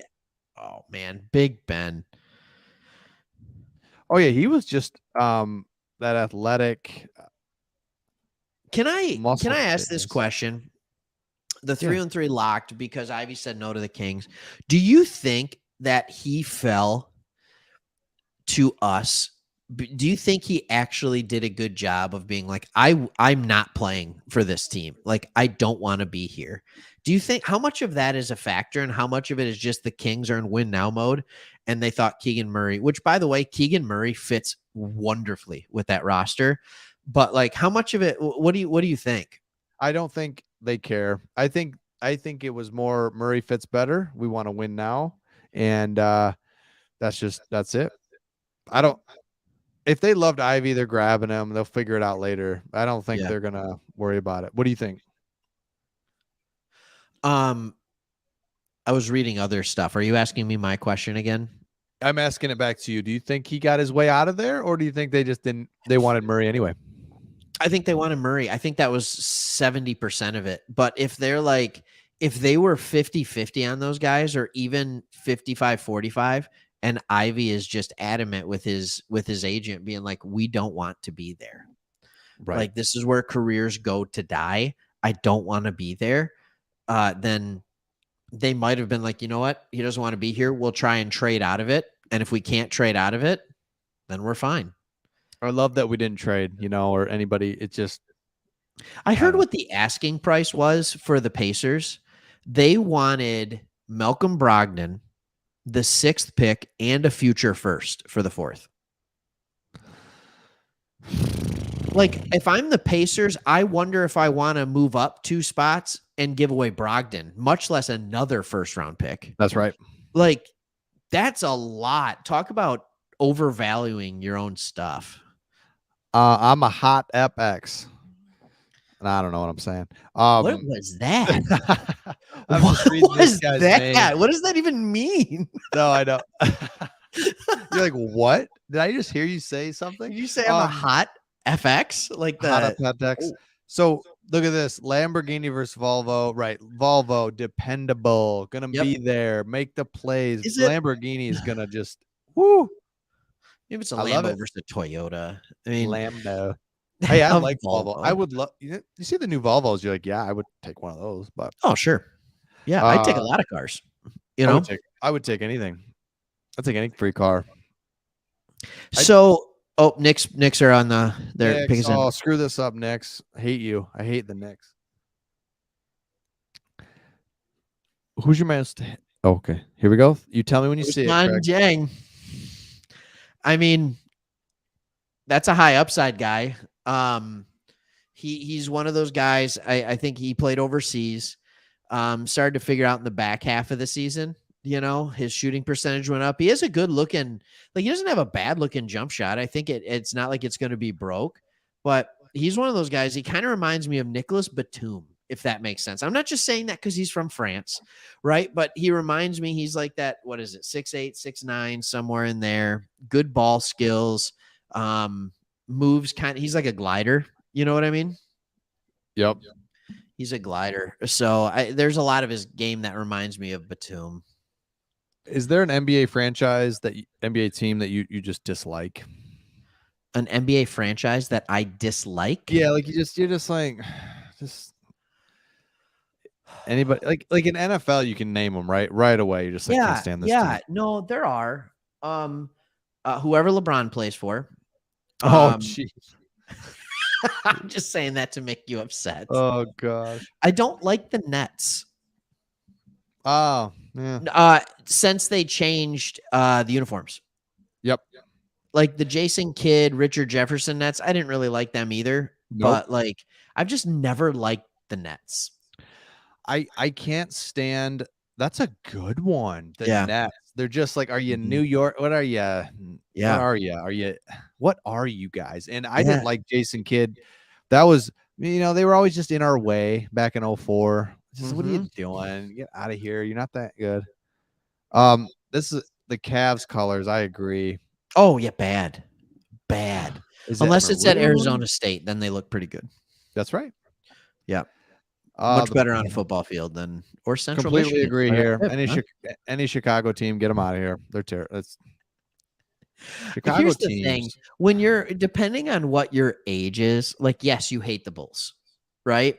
Especially if you grew up watching them play against the Pistons and the Bad Boys. Like, of course, you hate the Bulls. When the Pistons weren't very good and the Bulls were doing some magic stuff, and if you lived, I grew up in West Michigan, and they're on WGN all the time, right? Oh. And it's just like, so you naturally were watching the Bulls on WGN and the Pistons on UPN 50, I believe it was at the time. Yep.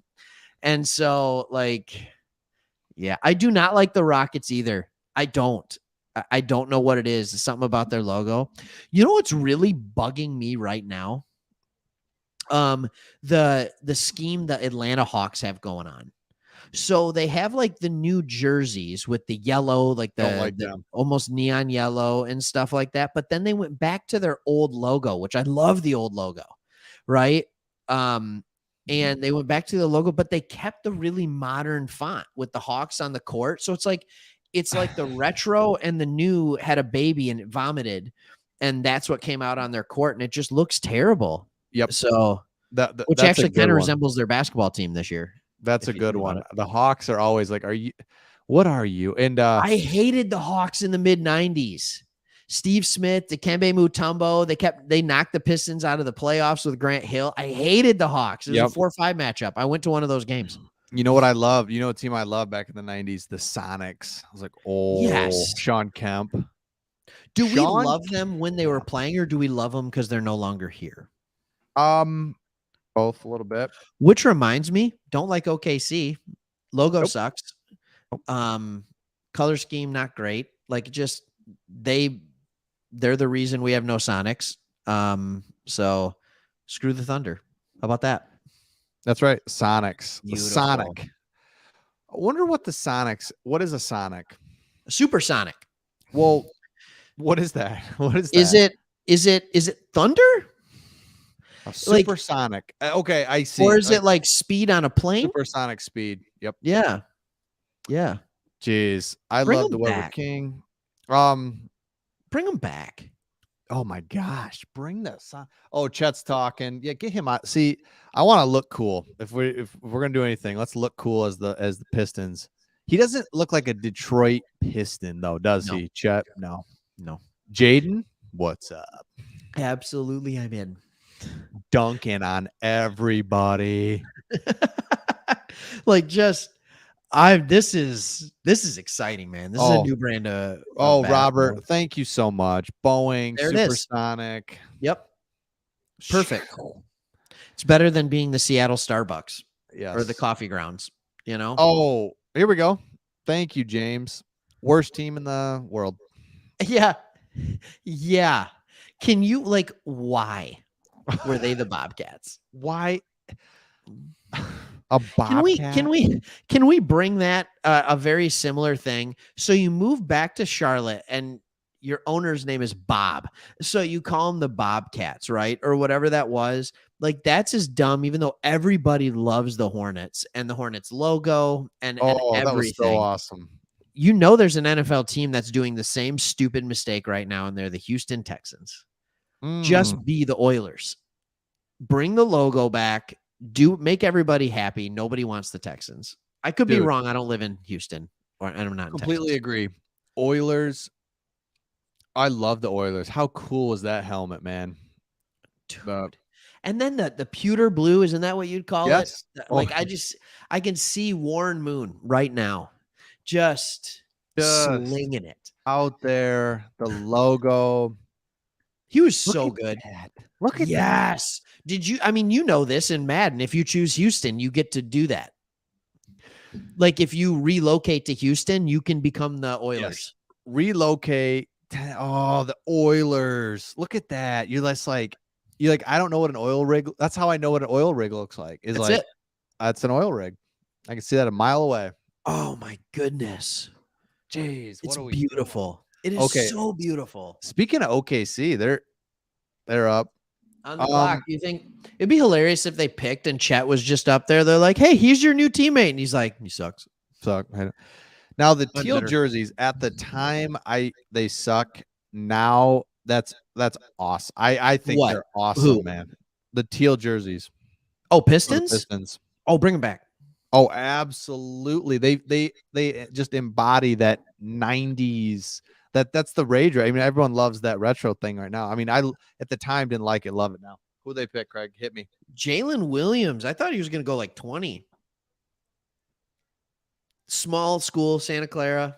Oh, get him out of here. I honestly don't know a lot about him. I didn't foresee the Pistons ever taking him, so I spent zero time watching film on this guy. A lot of Jalen's out there in the world. Brunson, Williams, Duren. That's Williams. Yeah. Did you like the teal uniforms, or do you like them, or teal? It's Grant Hill. He's trying his best out there. It's teal.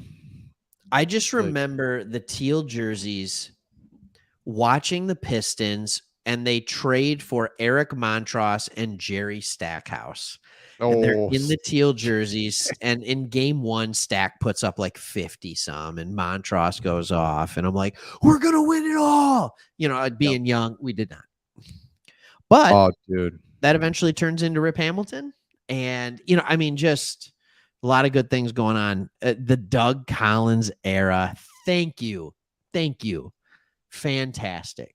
Doug, you know what is an underrated era in Detroit Pistons history is the Flip Saunders era. Flip is did he pass away? He did. Yeah. Yep. Mm-hmm. I remember him like all game. He would just be doing this. He'd be like, Yep. always with the collar. You could tell he hated it. Yep. It's like, should we get him some help, or is that some medical Like, condition? You know what I mean? Like, it's a you nervous noticed it. twitch, right? Yeah. Yeah. You know? Oh. All right. So we've got, I love the horse in the teal jerseys. I like the teal jerseys at alternates, but not every day. I've heard they're bringing them back as alternates this year. It will be the teal. Absolutely. Sorry, I'm looking at something. Okay, I saw Woj on there, and he's just talking about why they like to play her. I thought he was going to be talking about a pick for the Hornets getting traded. I thought maybe we'd have back in here. I can't decide if I want to take on Gordon Hayward's contract. Like, when he's not injured, he's nice. Like, he's a good player. Like, remember him in, where was it? Was it Charlotte that he was so good? No, yeah, basically. But like, no, Utah. He was fantastic for the Jazz, and like then went to Boston, broke his leg. That was nasty. First game, first quarter for the Celtics, breaks his leg, snaps. I was watching that. Yeah. I was watching that live. Yep. And you're just like, because I thought to myself, like, ooh, Boston's got something there. They could win it all this year. And so I was watching the game one, and then that happened. And then it's just been injury struggles ever since, you know? But, wow. The best part about this is we all know what he's talking about, but it gets real specific here. Beeline has a Twitch. Yeah. Yeah, he does. He does. Beeline's got a Twitch for sure. I love Beeline. Good dude, too. Like a good dude. From what I hear. All right. I'm going to let you take this one first. Give me a percentage. For what? The question on the bottom of the screen, please. Oh, hello. I'm waiting for you to answer. Welcome to live. 84%. 84%. What? Wow. That's massive. That's really massive. Let's do this. 84%. Let's get this front court polished up. That's what's missing on this team, right? Like if Ivy hits a potential, right? If he becomes 85% of Ja Morant and Cade continues being Cade, and you have Ayton, like, you have a team that is very, very good. It seems like very good. It seems like it. I know. Oh, 30. I don't mean next year. Yeah, I mean, but yeah, I was gonna put it at like 46. Okay, so not quite probably gonna happen, but yeah, I don't. But I didn't think we were gonna trade Grant, and then last night that was proven wrong. Like, I was putting that at like 30. Yeah. You know, most people were putting it at 60 or 70. Just proves that I'm wrong often. Yep. Thank you for agreeing so quickly. Yeah. We need shooting. Is something that we're all focused on, but boy, that was 3 million to get it. You know, I just, or 58 or whatever. I don't know. But like, here's the thing that people don't understand. Like, okay, so we get Ayton in a sign and trade, right? Or Sexton, and people are like, I don't know if we can afford both of them. Give one the max, give the other one 20 some million. And it's like, if you're doing a sign and trade with these guys, you're going to give back something. So there's going to be money going the other way. Like with the Suns, if you do a sign and trade and you add Olynyk. All right, can I ask you this question? DeAndre Ayton, sign and trade with the Phoenix Suns for that 2025 first round pick. This isn't just for you. This is for everybody out there. We get DeAndre Ayton. We give back the 2025 first round pick that we got from the Blazers via Milwaukee and Isaiah Stewart.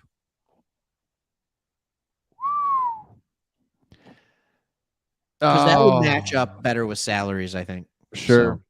I think Stewart and Bay are you ready to leave those guys and just say good luck out there? Or are you that oh man, that's a tough one because I don't know.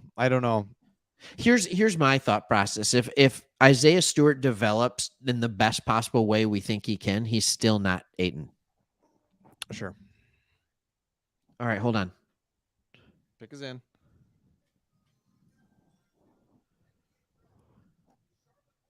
Who we got? Jalen Charlotte. Duren.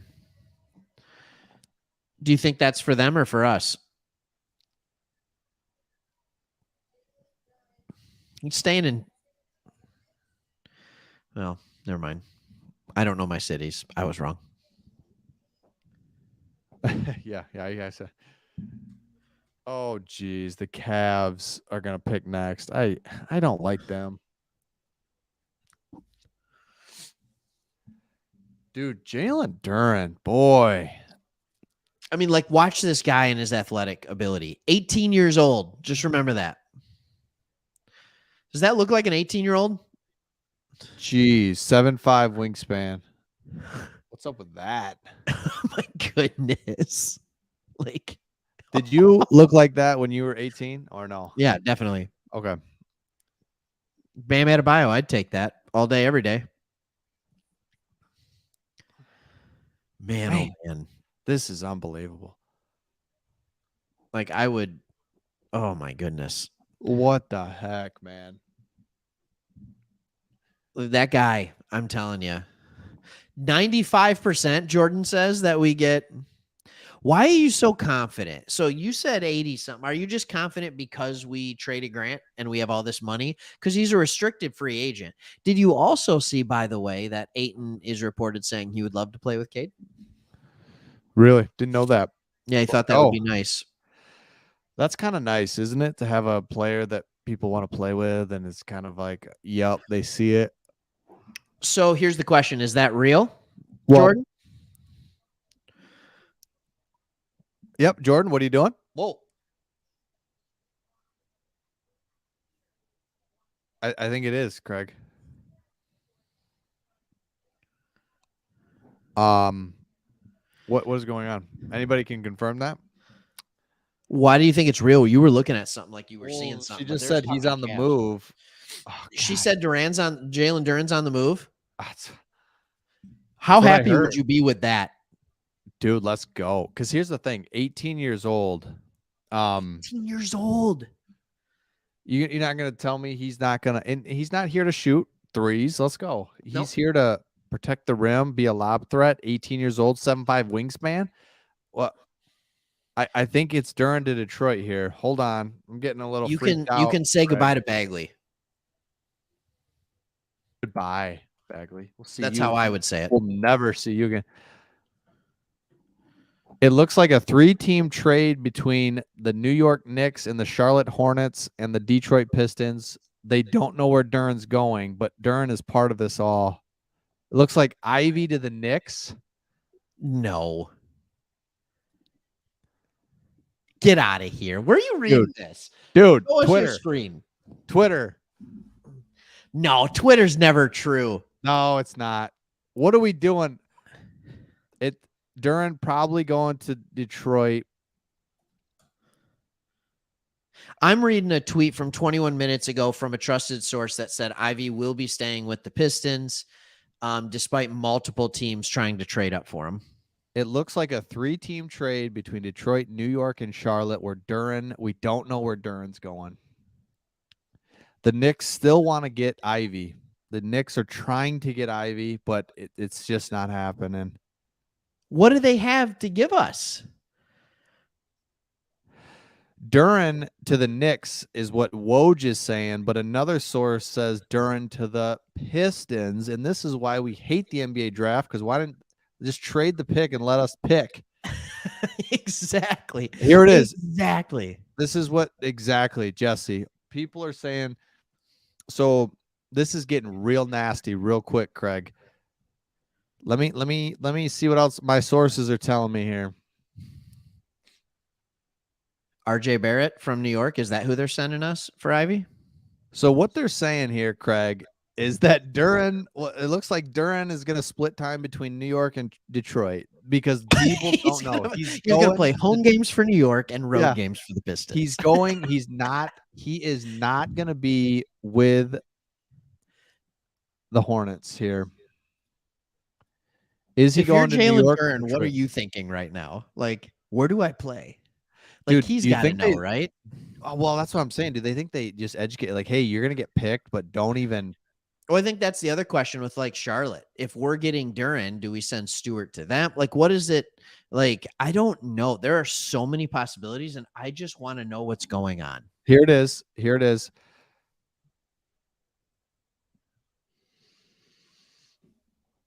Dude, so you're gonna tell me we get Ivy Ivy and is staying. This is exactly what I would say. Duren and Hayward for the salary cap is my guess. It's just a salary dump. Yeah, sure. So, and what'll happen is like 4 picks later, this guy right now, the commish will say, there's a trade, and Yeah. Help us out. They're just going right to the next. it's an interesting pick for the Cavs. I So think he's a good player. so we do, it looks like we have Duren, Craig, at this time. We have Duren, and they're wondering, are we gonna keep Duren and Stewart and do something with Ayton now? The Pistons, okay, so Adrian Wojnarowski is saying the Pistons are acquiring Jalen Duren at number 13 in a trade. James Edwards, I trust that guy very, very much. Athletic. Hearing the Pistons are working on a deal to get Jalen Duren, who was just picked by Charlotte. Sounds close. There we go. The Pistons are sending the Hornets the 2025 first pick via Milwaukee in the Duren trade. Detroit got that pick from Portland yesterday. Yep. Welcome to the jungle.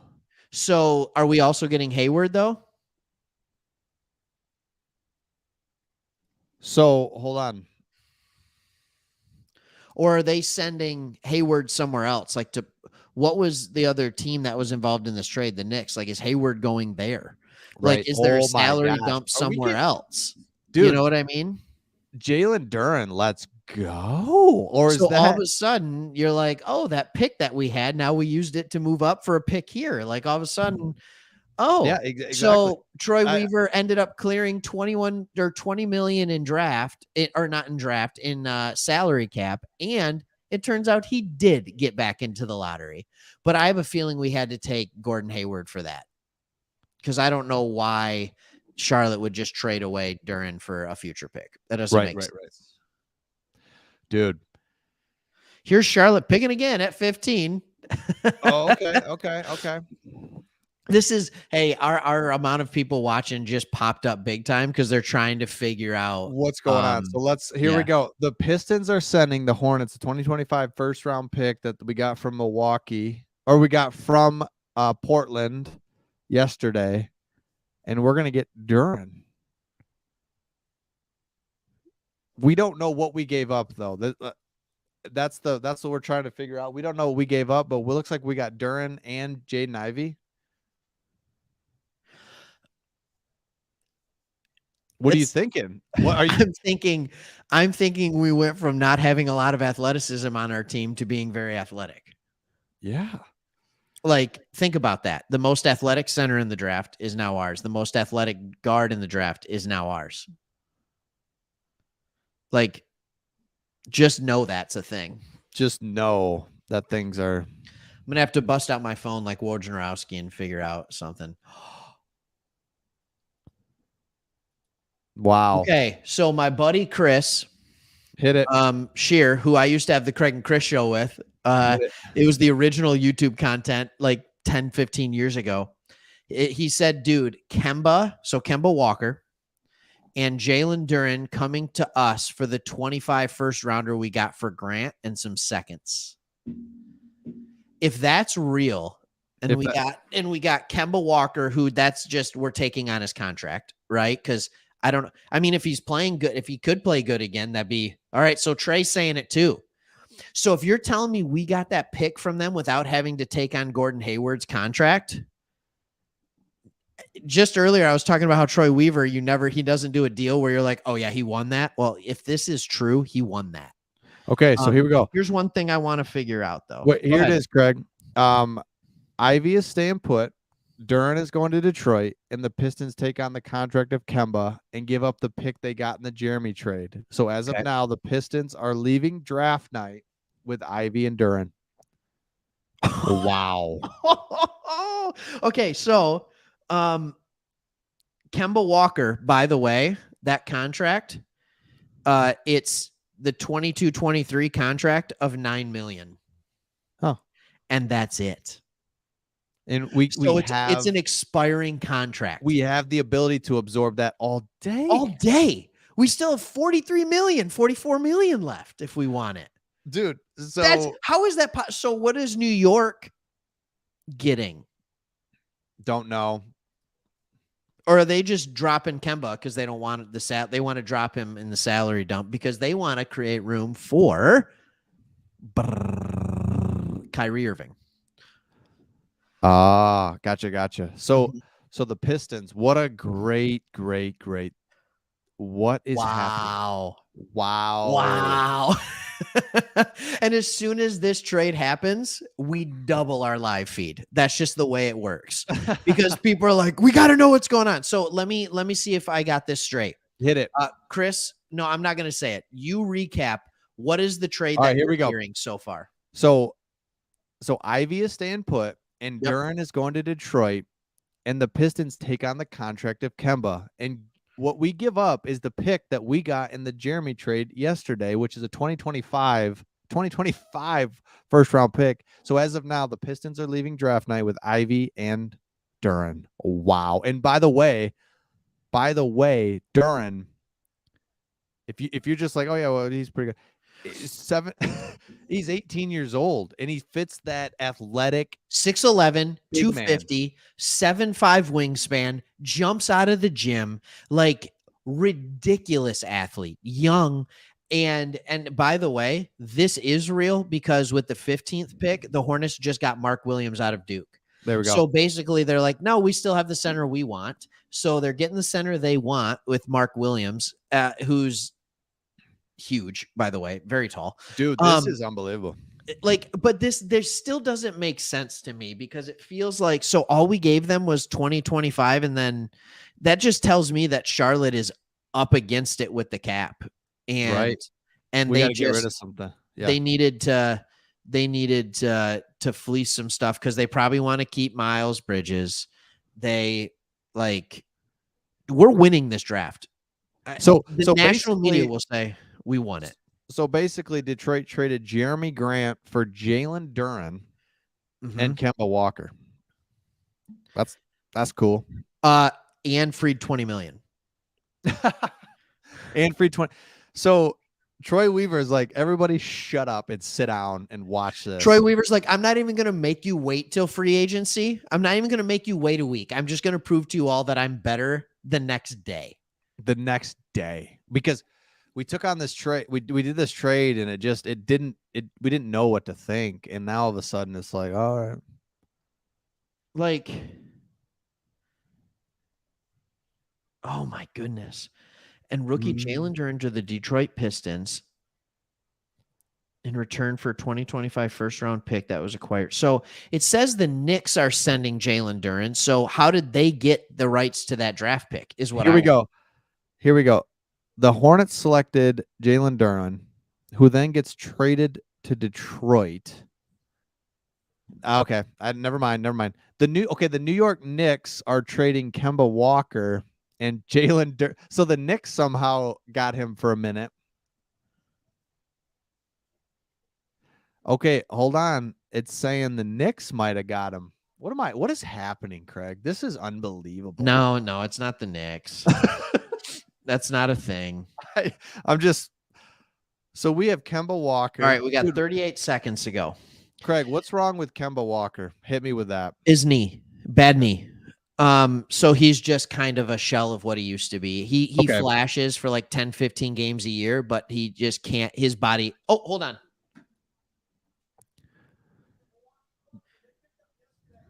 All right, I'm going to rewind it here, and I'm going to tell you what Woj says. Hit it. Yep, hit it with Woj. All right, so all silence. Just listen. Yep.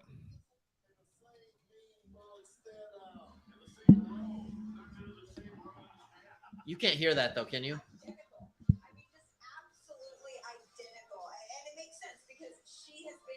Oh my goodness. Okay.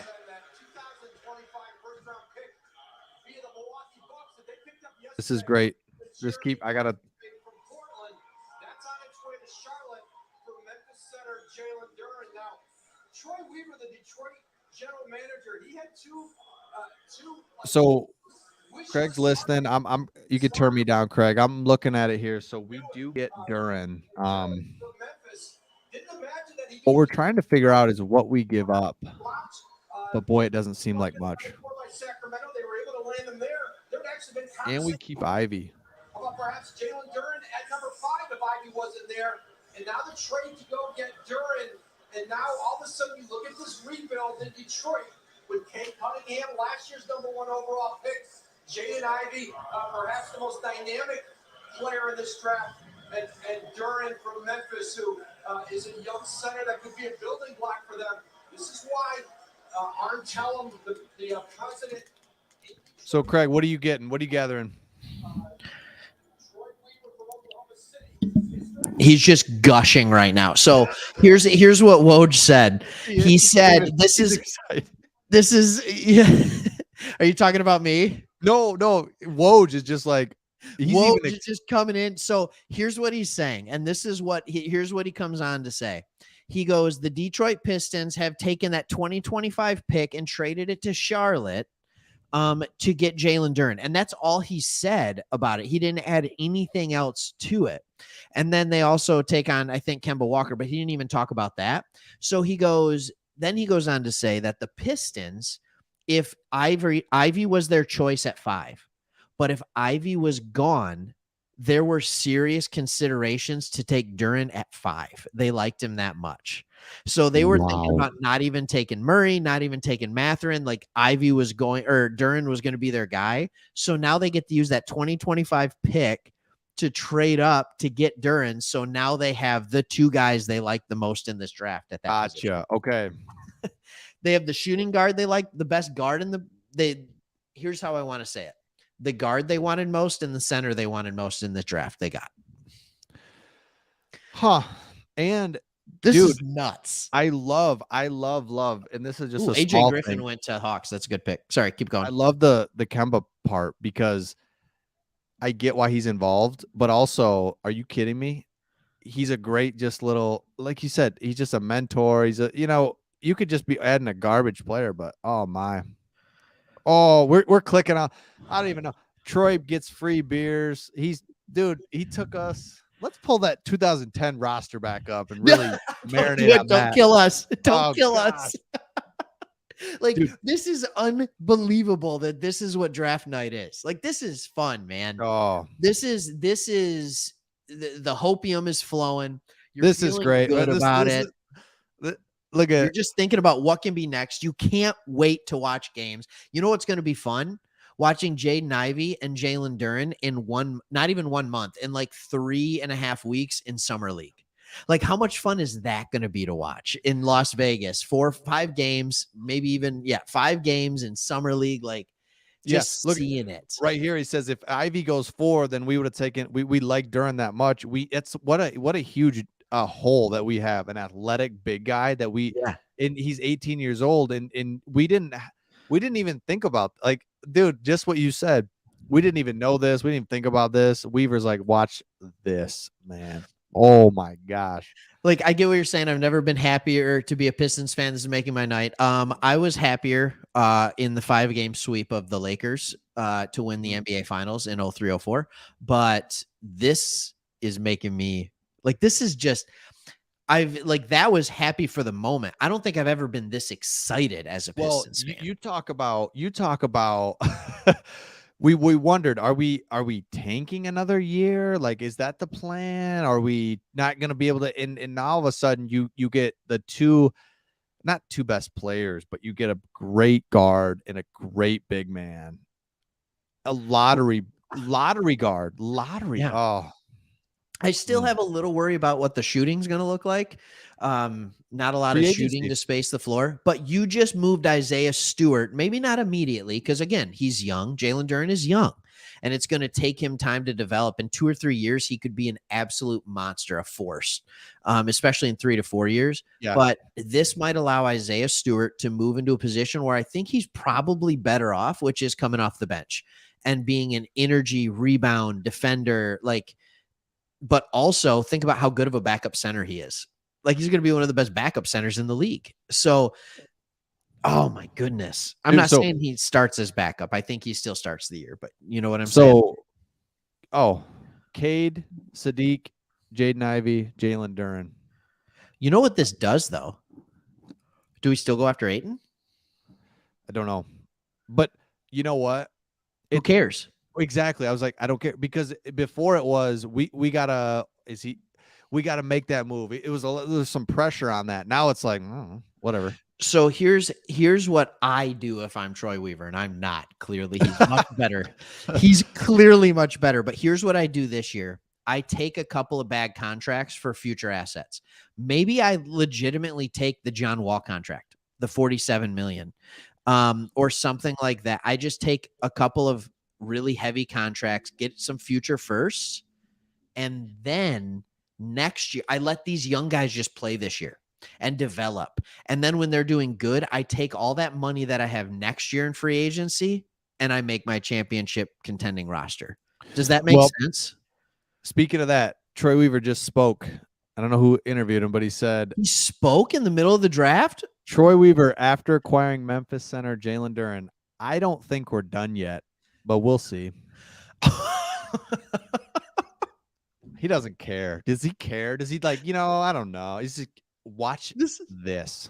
I don't think we're done yet. We're not done yet. So we thought we were going to be out of here at pick 20. I don't know about that. Well, and I wonder if he's talking about the draft or he's just talking about, look, trade wise with free agency, sign and trade. Oh, I love it. This is just, it's unbelievable to see a guy. Here's the thing about Troy Weaver. He almost does his GM job like he's playing 2K. And everybody always says, this ain't Madden, this ain't 2K. You can't just, Troy Weaver's like, actually, I can wheel and deal, and I can keep a player for 2 years and then trade them. And I can completely overhaul an entire roster within a year or two. Like, I can do anything I want. And it doesn't seem like he's, it's not like he's not loyal to the players he has, right? We've talked about that. Jeremy Grant, that's where he wanted to go. He wanted to go to Portland, and Derrick Rose wanted to go to the Knicks. And so when he moved on from these guys, he did right by them. So I still think you have players that want to come to Detroit because they can see that he has an eye for talent. He's building something special, but he's willing to make the hard moves in trades. But it's, my goodness, it's not just all willy-nilly, and he still understands people are important and you have to build relationships. Absolutely. So Craig, just kind of the details are starting to trickle out. The Knicks, just the way it kind of worked, the Knicks did get Jalen Duren and Kemba Walker for a minute, and then it was they already had Kemba. Or I'm sorry, they did get Jalen Duren for a minute, and then they moved him over. That's why there was a little bit of confusion. But look at the Pistons core. You got Jalen Duren, Cade Cunningham, Jaden Ivey. And it's weird for a explosive young core to all blend together and fit together. And that's, dude, what the heck? What is happening? Jalen Duren is the perfect center for Cade Cunningham because he's more athletic probably than Bagley even. And so and you had the defensive side to it. I'm kind of blown away by that. And even if you have questions about Ivey's defense, that's a pretty good rim protector behind him. Dude, so this made a great point here. Youngest starting five. I mean, usually, like you said, you've got aging contracts. You're trying to figure out how to move. No, that's not the case here. This is just okay, a couple things. To keep something in perspective for all the Pistons fans that are watching, we don't expect the Pistons to go out and make the playoffs this year. with this roster. Like, this is just going to be the most fun to watch. I mean, there's going to be a lot of talent. There's going to be really good nights. There's going to be really bad nights. That's what happens when you have a team that's a bunch of 20 and under year olds. Killian is 21. Not even yet. I think he's still 20 because we drafted him and he was still 18. Cade is still 20. Jalen Duren's not even 19. He's 18 years old. Like, I mean, these guys are young. Sadiq Bey is old right now on this team. And what is he, 23? Yeah, Right. It is a young team. Even Bagley's not an old guy. He's like 23, 24, maybe 25. But it is just, oh, there goes Tari Eason. That's a good pickup for the Rockets. That's a good pickup. Dude, Jalen Duren is, you just, again, this is a lot like the Lions draft where we just didn't expect a lot of this thing, right? And then when you kind of break it down, you look at it, you're like, yep, I love it. Oh my goodness. So let's look at the whoops. Let me break this up here a little bit. So Bulls are up. Dude, Jalen Duren. A lot of people were talking about him at not necessarily at 5, but definitely it was flirted around like, hey, that. Yeah, when we started the draft process, right, and we got 5, like, he was one of the 6 names that we would talk about in that spot. Like, what about Jalen Duren? Like, does he have enough athletic upside? Does he have the potential? Like, he'll be ready-made on defense right now, but like, does he have the offensive upside, and what is that going to look like, and things like that? And it's just like, oh, we got him. All he needs to do is develop just a little mid-range game, maybe a little back to the basket. But does he? Like, when I look at Bam Adebayo, right, that's his comp. Like, most of his buckets come off pick and roll, second chance points, things like that. But he's also created a little 15, 16-foot mid-range game. And I think if Duren can create that, I don't think Adebayo is a great back to the basket player. Doesn't need to be. Duren has never played with someone like Cade. No, he's never. Think about that. He never dreamed of it. No, he never dreamed of it. I mean, that's like. So here's one. Who do you like better, Duren or Ivey? Just out of just in general, like, what's your favorite pick of the two? Like, that you're like, oh, Ivey. Like, I think Ivey's a better player, but he was also selected at 5. The fact that we got Duren for a 2025 first round pick. Are you kidding me right now? Like, are you kidding me? I'm in. Like, I love both of them because it seems like both were a steal. Like, the Jalen Duren moving back up to the 11th pick for what we gave up feels a lot like what Brad Holmes did to get up to get Williams. Yeah. Like, it's just like, he gave up what? That's it. Like, this one feels even less. It's like a 2025 first that we didn't even have 24 hours ago. Like, we held on to it for less than a day and traded it away. When we were the ones getting that, it was just like, oh, stupid. It's just, what are we doing? And now what's that worth? That's worth nothing. That away. Yeah. Then we use that to. Oh, that's all we do. I thought this doesn't make sense. I thought if we were going to trade Jeremy Grant, we'd at least get a lottery pick out of him. We did. We got, and we traded him to the one place that we didn't have to take money back with a crap player. Wow. And yes. Was this all like pre-planned in some way? Like, were there some preliminary talks like, hey, well, had to be. It had to be. And here's the thing. When you watch Inside the Den with the Lions, what you don't realize is even Brad Holmes is admitting, like, if the player we want's there, we'll do the trade. And that framework is in place. Okay. Possibly. Like, the framework's got to be in place for it. And then, yeah. Yeah, and that pick is the top 4 protected that we gave up anyway.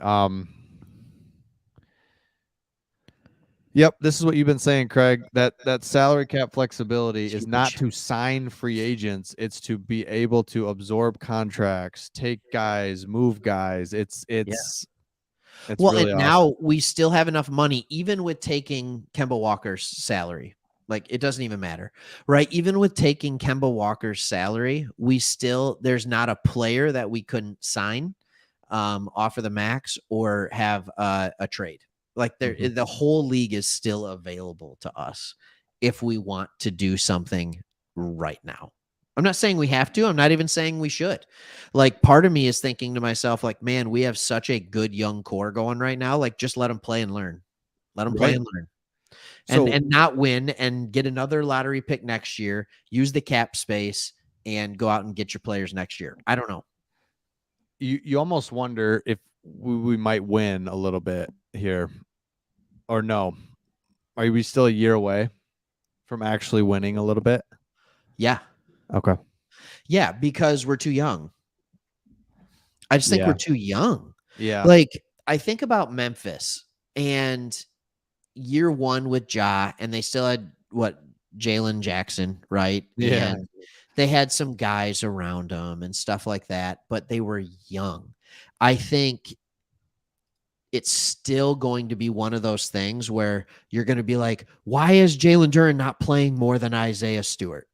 And I think there's going to be some of these things where it's like, come on, I just don't know if we're there yet. Sure. I don't know if we're there yet. Question is, are Bulls fans happy with that pick? Jalen, you never know. Dalen Terry. Good. Take him. Think about that. You're the Bulls, right? You get Dalen Terry. Well, meanwhile, dude. Oh, here we go. Here we go. Age-old question right back at you, Craig. If we get Ayton, that'd be an interesting thing, right? Give away the 2025 pick for Jalen Duren and then immediately make him a backup center for the next 5 years. Exactly. That seems kind of weird. It's almost like Troy Weaver's. Like, I'd be very surprised if we went out and got Ayton now. I went from that being the highest percentage move of a player we would get to I'd be surprised if we got him. Like, I don't know if that fits. I don't know if that we works. were looking high priority for that big guy, and now Yeah. and there really wasn't a whole lot of options out there. Now all of a sudden we got one. Thank you. And I'm not saying, like, I know it's a pick. It's the 11th pick. He's not guaranteed to be great, and offensively he's so far behind what Ayton is, but he's a similar body to Ayton and better athlete and probably going to be a better defender. I just think, like, when you look at stuff like this, you've got to think to yourself, like, maybe we're just going to go young. Yeah. Maybe we'll just go young and see where it takes us. Man. Add the players later. So, okay. So this was another one. And this, like, let's be honest. Okay. I was trying to find this. Where is this? Somebody was saying that they don't see us going after Levine or Ayton or Bridges or any of those guys anymore. And then he said, in an alternate universe, Kevin Durant, and we would be one of the only teams that has just straight up money to afford KD.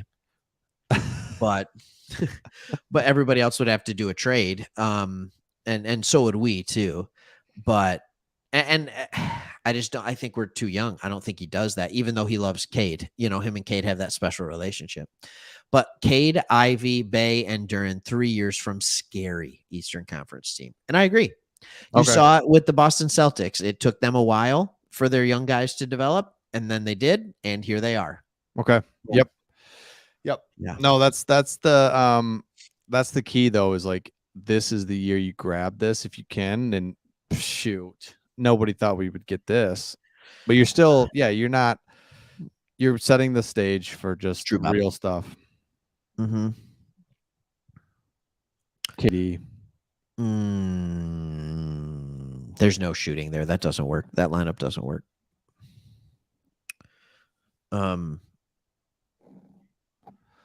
Okay, I get this. Duren was insurance in case we can't get Ayton, and I do agree with that. Like, if you can get Ayton, you still get Ayton, right? Mm-hmm. And then, because he's proven he's a good player, but yeah, Bagley's gone, right? I think so. I mean, I mean, he's a 4, but I don't know. All right, Minnesota. Who are they getting? We're gonna find out in a minute. Oh, Jake. Jake LaRavia. That's a good pick. I just best shooter available. Who is the best shooter available? Man. Jalen Duren. I still love the Ivy pick the most. Just so awesome that he's still there. But I think by the way, just to answer that question, the best shooter available is Malachi Branham out of Ohio State. Freshman, very good shooter. Somebody that I thought would be an awesome pick for us if we traded back into the mid to late teens. I thought he'd be gone by now. So wow. Oh, it looks like Memphis is getting in on this pick. Oh boy. Or there's a proposed trade somewhere. So, but again, here's the problem. When we're talking and we're doing this, usually if I'm just glued to my TV, I'm like, oh yeah, I know what this trade is. This makes sense. You're hearing all this. But when we're talking here, it's impossible to keep track of everything that's going on. Oh, it's crazy. It's crazy, man. What's Memphis up to? So, yep. So that is why that it got weird is he did go to Jalen Duren did technically go to the Knicks for a minute. That's oh man. How does that work? I don't know. So what did Um, so basically what happens is the Hornets get our 2025 pick. We get Duren, and the Knicks just get to shed salary. That's right. Mm-hmm. And they had to, yeah. So Jalen Duren is official. It is Detroit. Wow. Bob, great question. If he can shoot, I think Stewart. We all thought like his ceiling was. Oh crap! I just lost it. Serge Ibaka. I think that's what we kind of saw when we saw Beef Stew play. And last year and the year before, toward the end of the year, when he started hitting 3-pointers, we're like, is this Serge Ibaka? And he's shown he has great defensive versatility. So I think if he can be an efficient 3-point shooter, he can move to the 4. But if he can't space the floor, he can't play next to Jalen Duren. He can't, because Duren can't shoot. And you can't have two guys clogging up the paint when you have Cade Cunningham and Jaden Ivey that are trying to get to the bucket. That's right. It's really that simple. So I get what you're saying with the move to power forward. The question is he happy to stand out and shoot threes? And can he? And again, like we said, we're 2 to 3 years away. So like he has time to develop those things. Ivy has time to develop a more efficient 3-point shot. Same with Cade, yeah. Yes. Yep. I was wondering about that. Yep. The buyout. And he'll take care of them. Yep.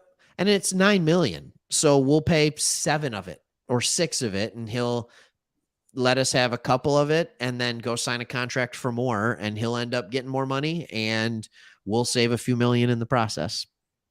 But that is why you do this. That's why you have draft capital, because it allows you to make trades where you get more, because people cook the books and they have too much on the books and they don't know what to do with it, which, by the way, this team's going to be in the same position in 3 or 4 years when we got to pay Sadiq and we got to pay Cade and then we got to pay Stewart. And then the next year we have to pay Ivy and we have to play Duren. Like, we're going to be in the same position in 4 or 5 years. Right. And so like, that's all right. Take care of it now. Wow.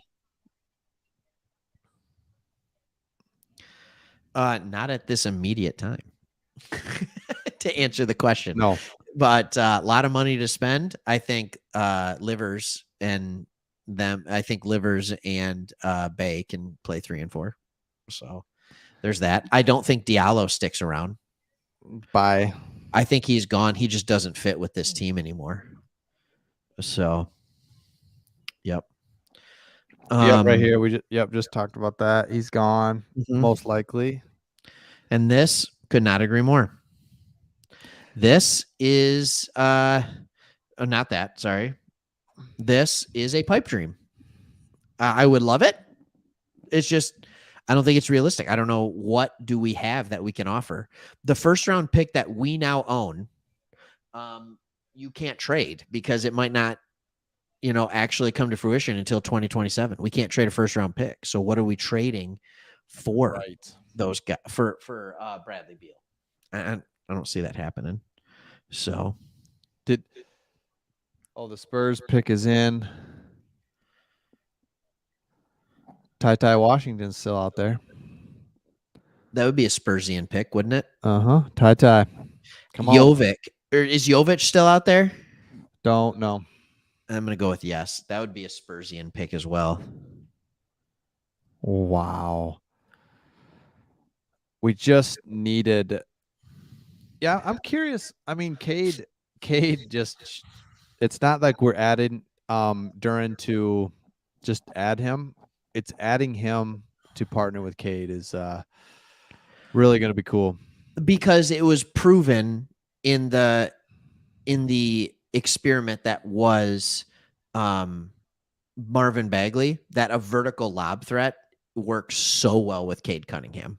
Yes. It doesn't necessarily have to be so there's a vertical lob threat. There are vertical floor spacers and then there are floor spacers, right? And the difference between them is in the pick and roll game, if you have a vertical floor spacer, it means that they have such an ability to catch and finish with the lob that you have to pay attention to them. And then you have the straight floor spacer who's just a good 3-point shooter, right? Like both can be very, very effective. So, Malachi Branham. There it goes. Going. Good pick. I like him. I hate Ohio State, but Malachi Branham is a good. So what are you doing with all this cap space? I think we've talked about that, right? Well, Craig, it's official, right? I just saw a tweet. Like, are we officially kind of out of purgatory? We've been in purgatory, basketball purgatory. Couldn't win, couldn't. Now we tank, but just because we tank doesn't mean anything. We're still in and now it doesn't seem like we've added the players. We got this now. We're moving forward. I think we were out of purgatory the second we drafted Cade. Okay. Like or we saw him play and he was good. Yeah. Because you knew that the floor was so much higher. But yeah, it does feel like this is officially the time where it's like, all right, now we're just going to have fun and watch the ascent. Like watch us rise. Yes, absolutely. Okay. Yep. Yeah, this is no longer. Now, if this team never becomes anything, I will be so devastated. And I will be like, I don't know I don't have no answers now for you. I don't know what to do because everything you did made sense to me and it should have worked out well, but it didn't. So, this is unbelievable. Seriously. Okay. So, well, there it is, man. Like this is great. What a good turnout. We got 315 people watching live right now. We've been over 300 for quite some time here. This is a good turnout.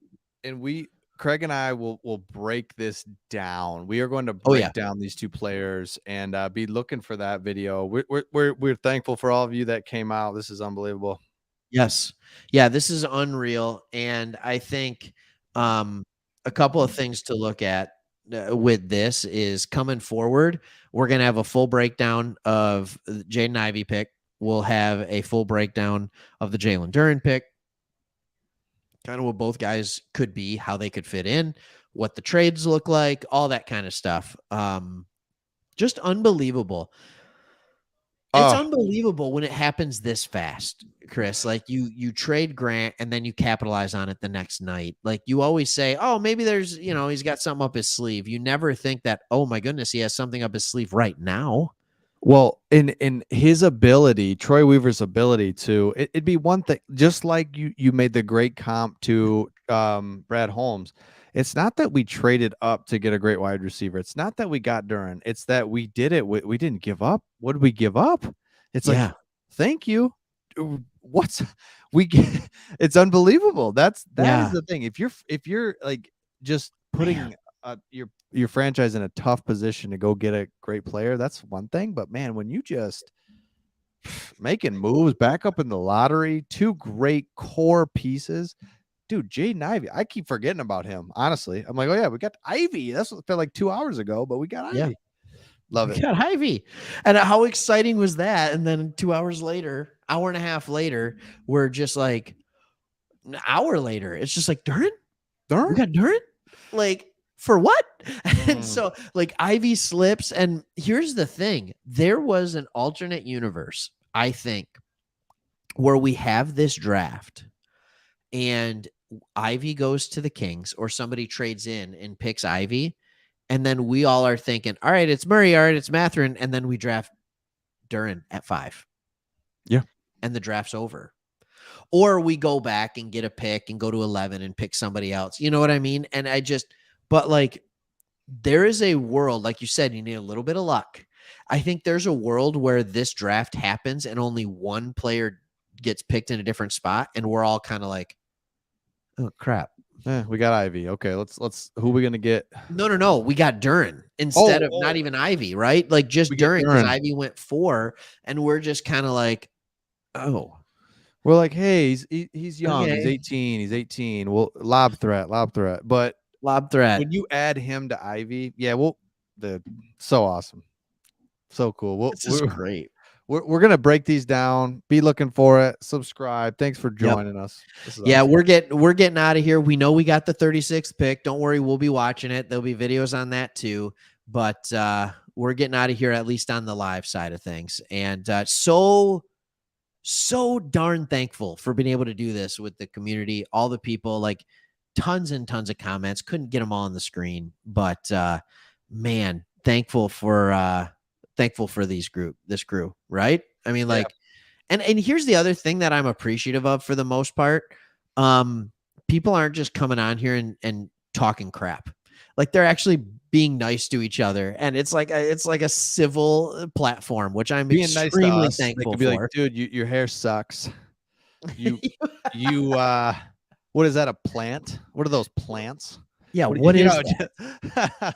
Like, your books are crooked, you moron. You know what I mean? Like, is that a toy in your bed? Are those essential oils? No. Oh man, I love it. No, thank you guys. We'll look for more videos. I told Craig we're gonna hit 3K by the weekend. It's gonna be great. And yeah, look at that. All right. We never talk subs, so that's all. No, good. that's right. Everybody, that's right. It's been real. And we'll see you in the videos following this. Awesome. All right, man. We'll see you. See ya.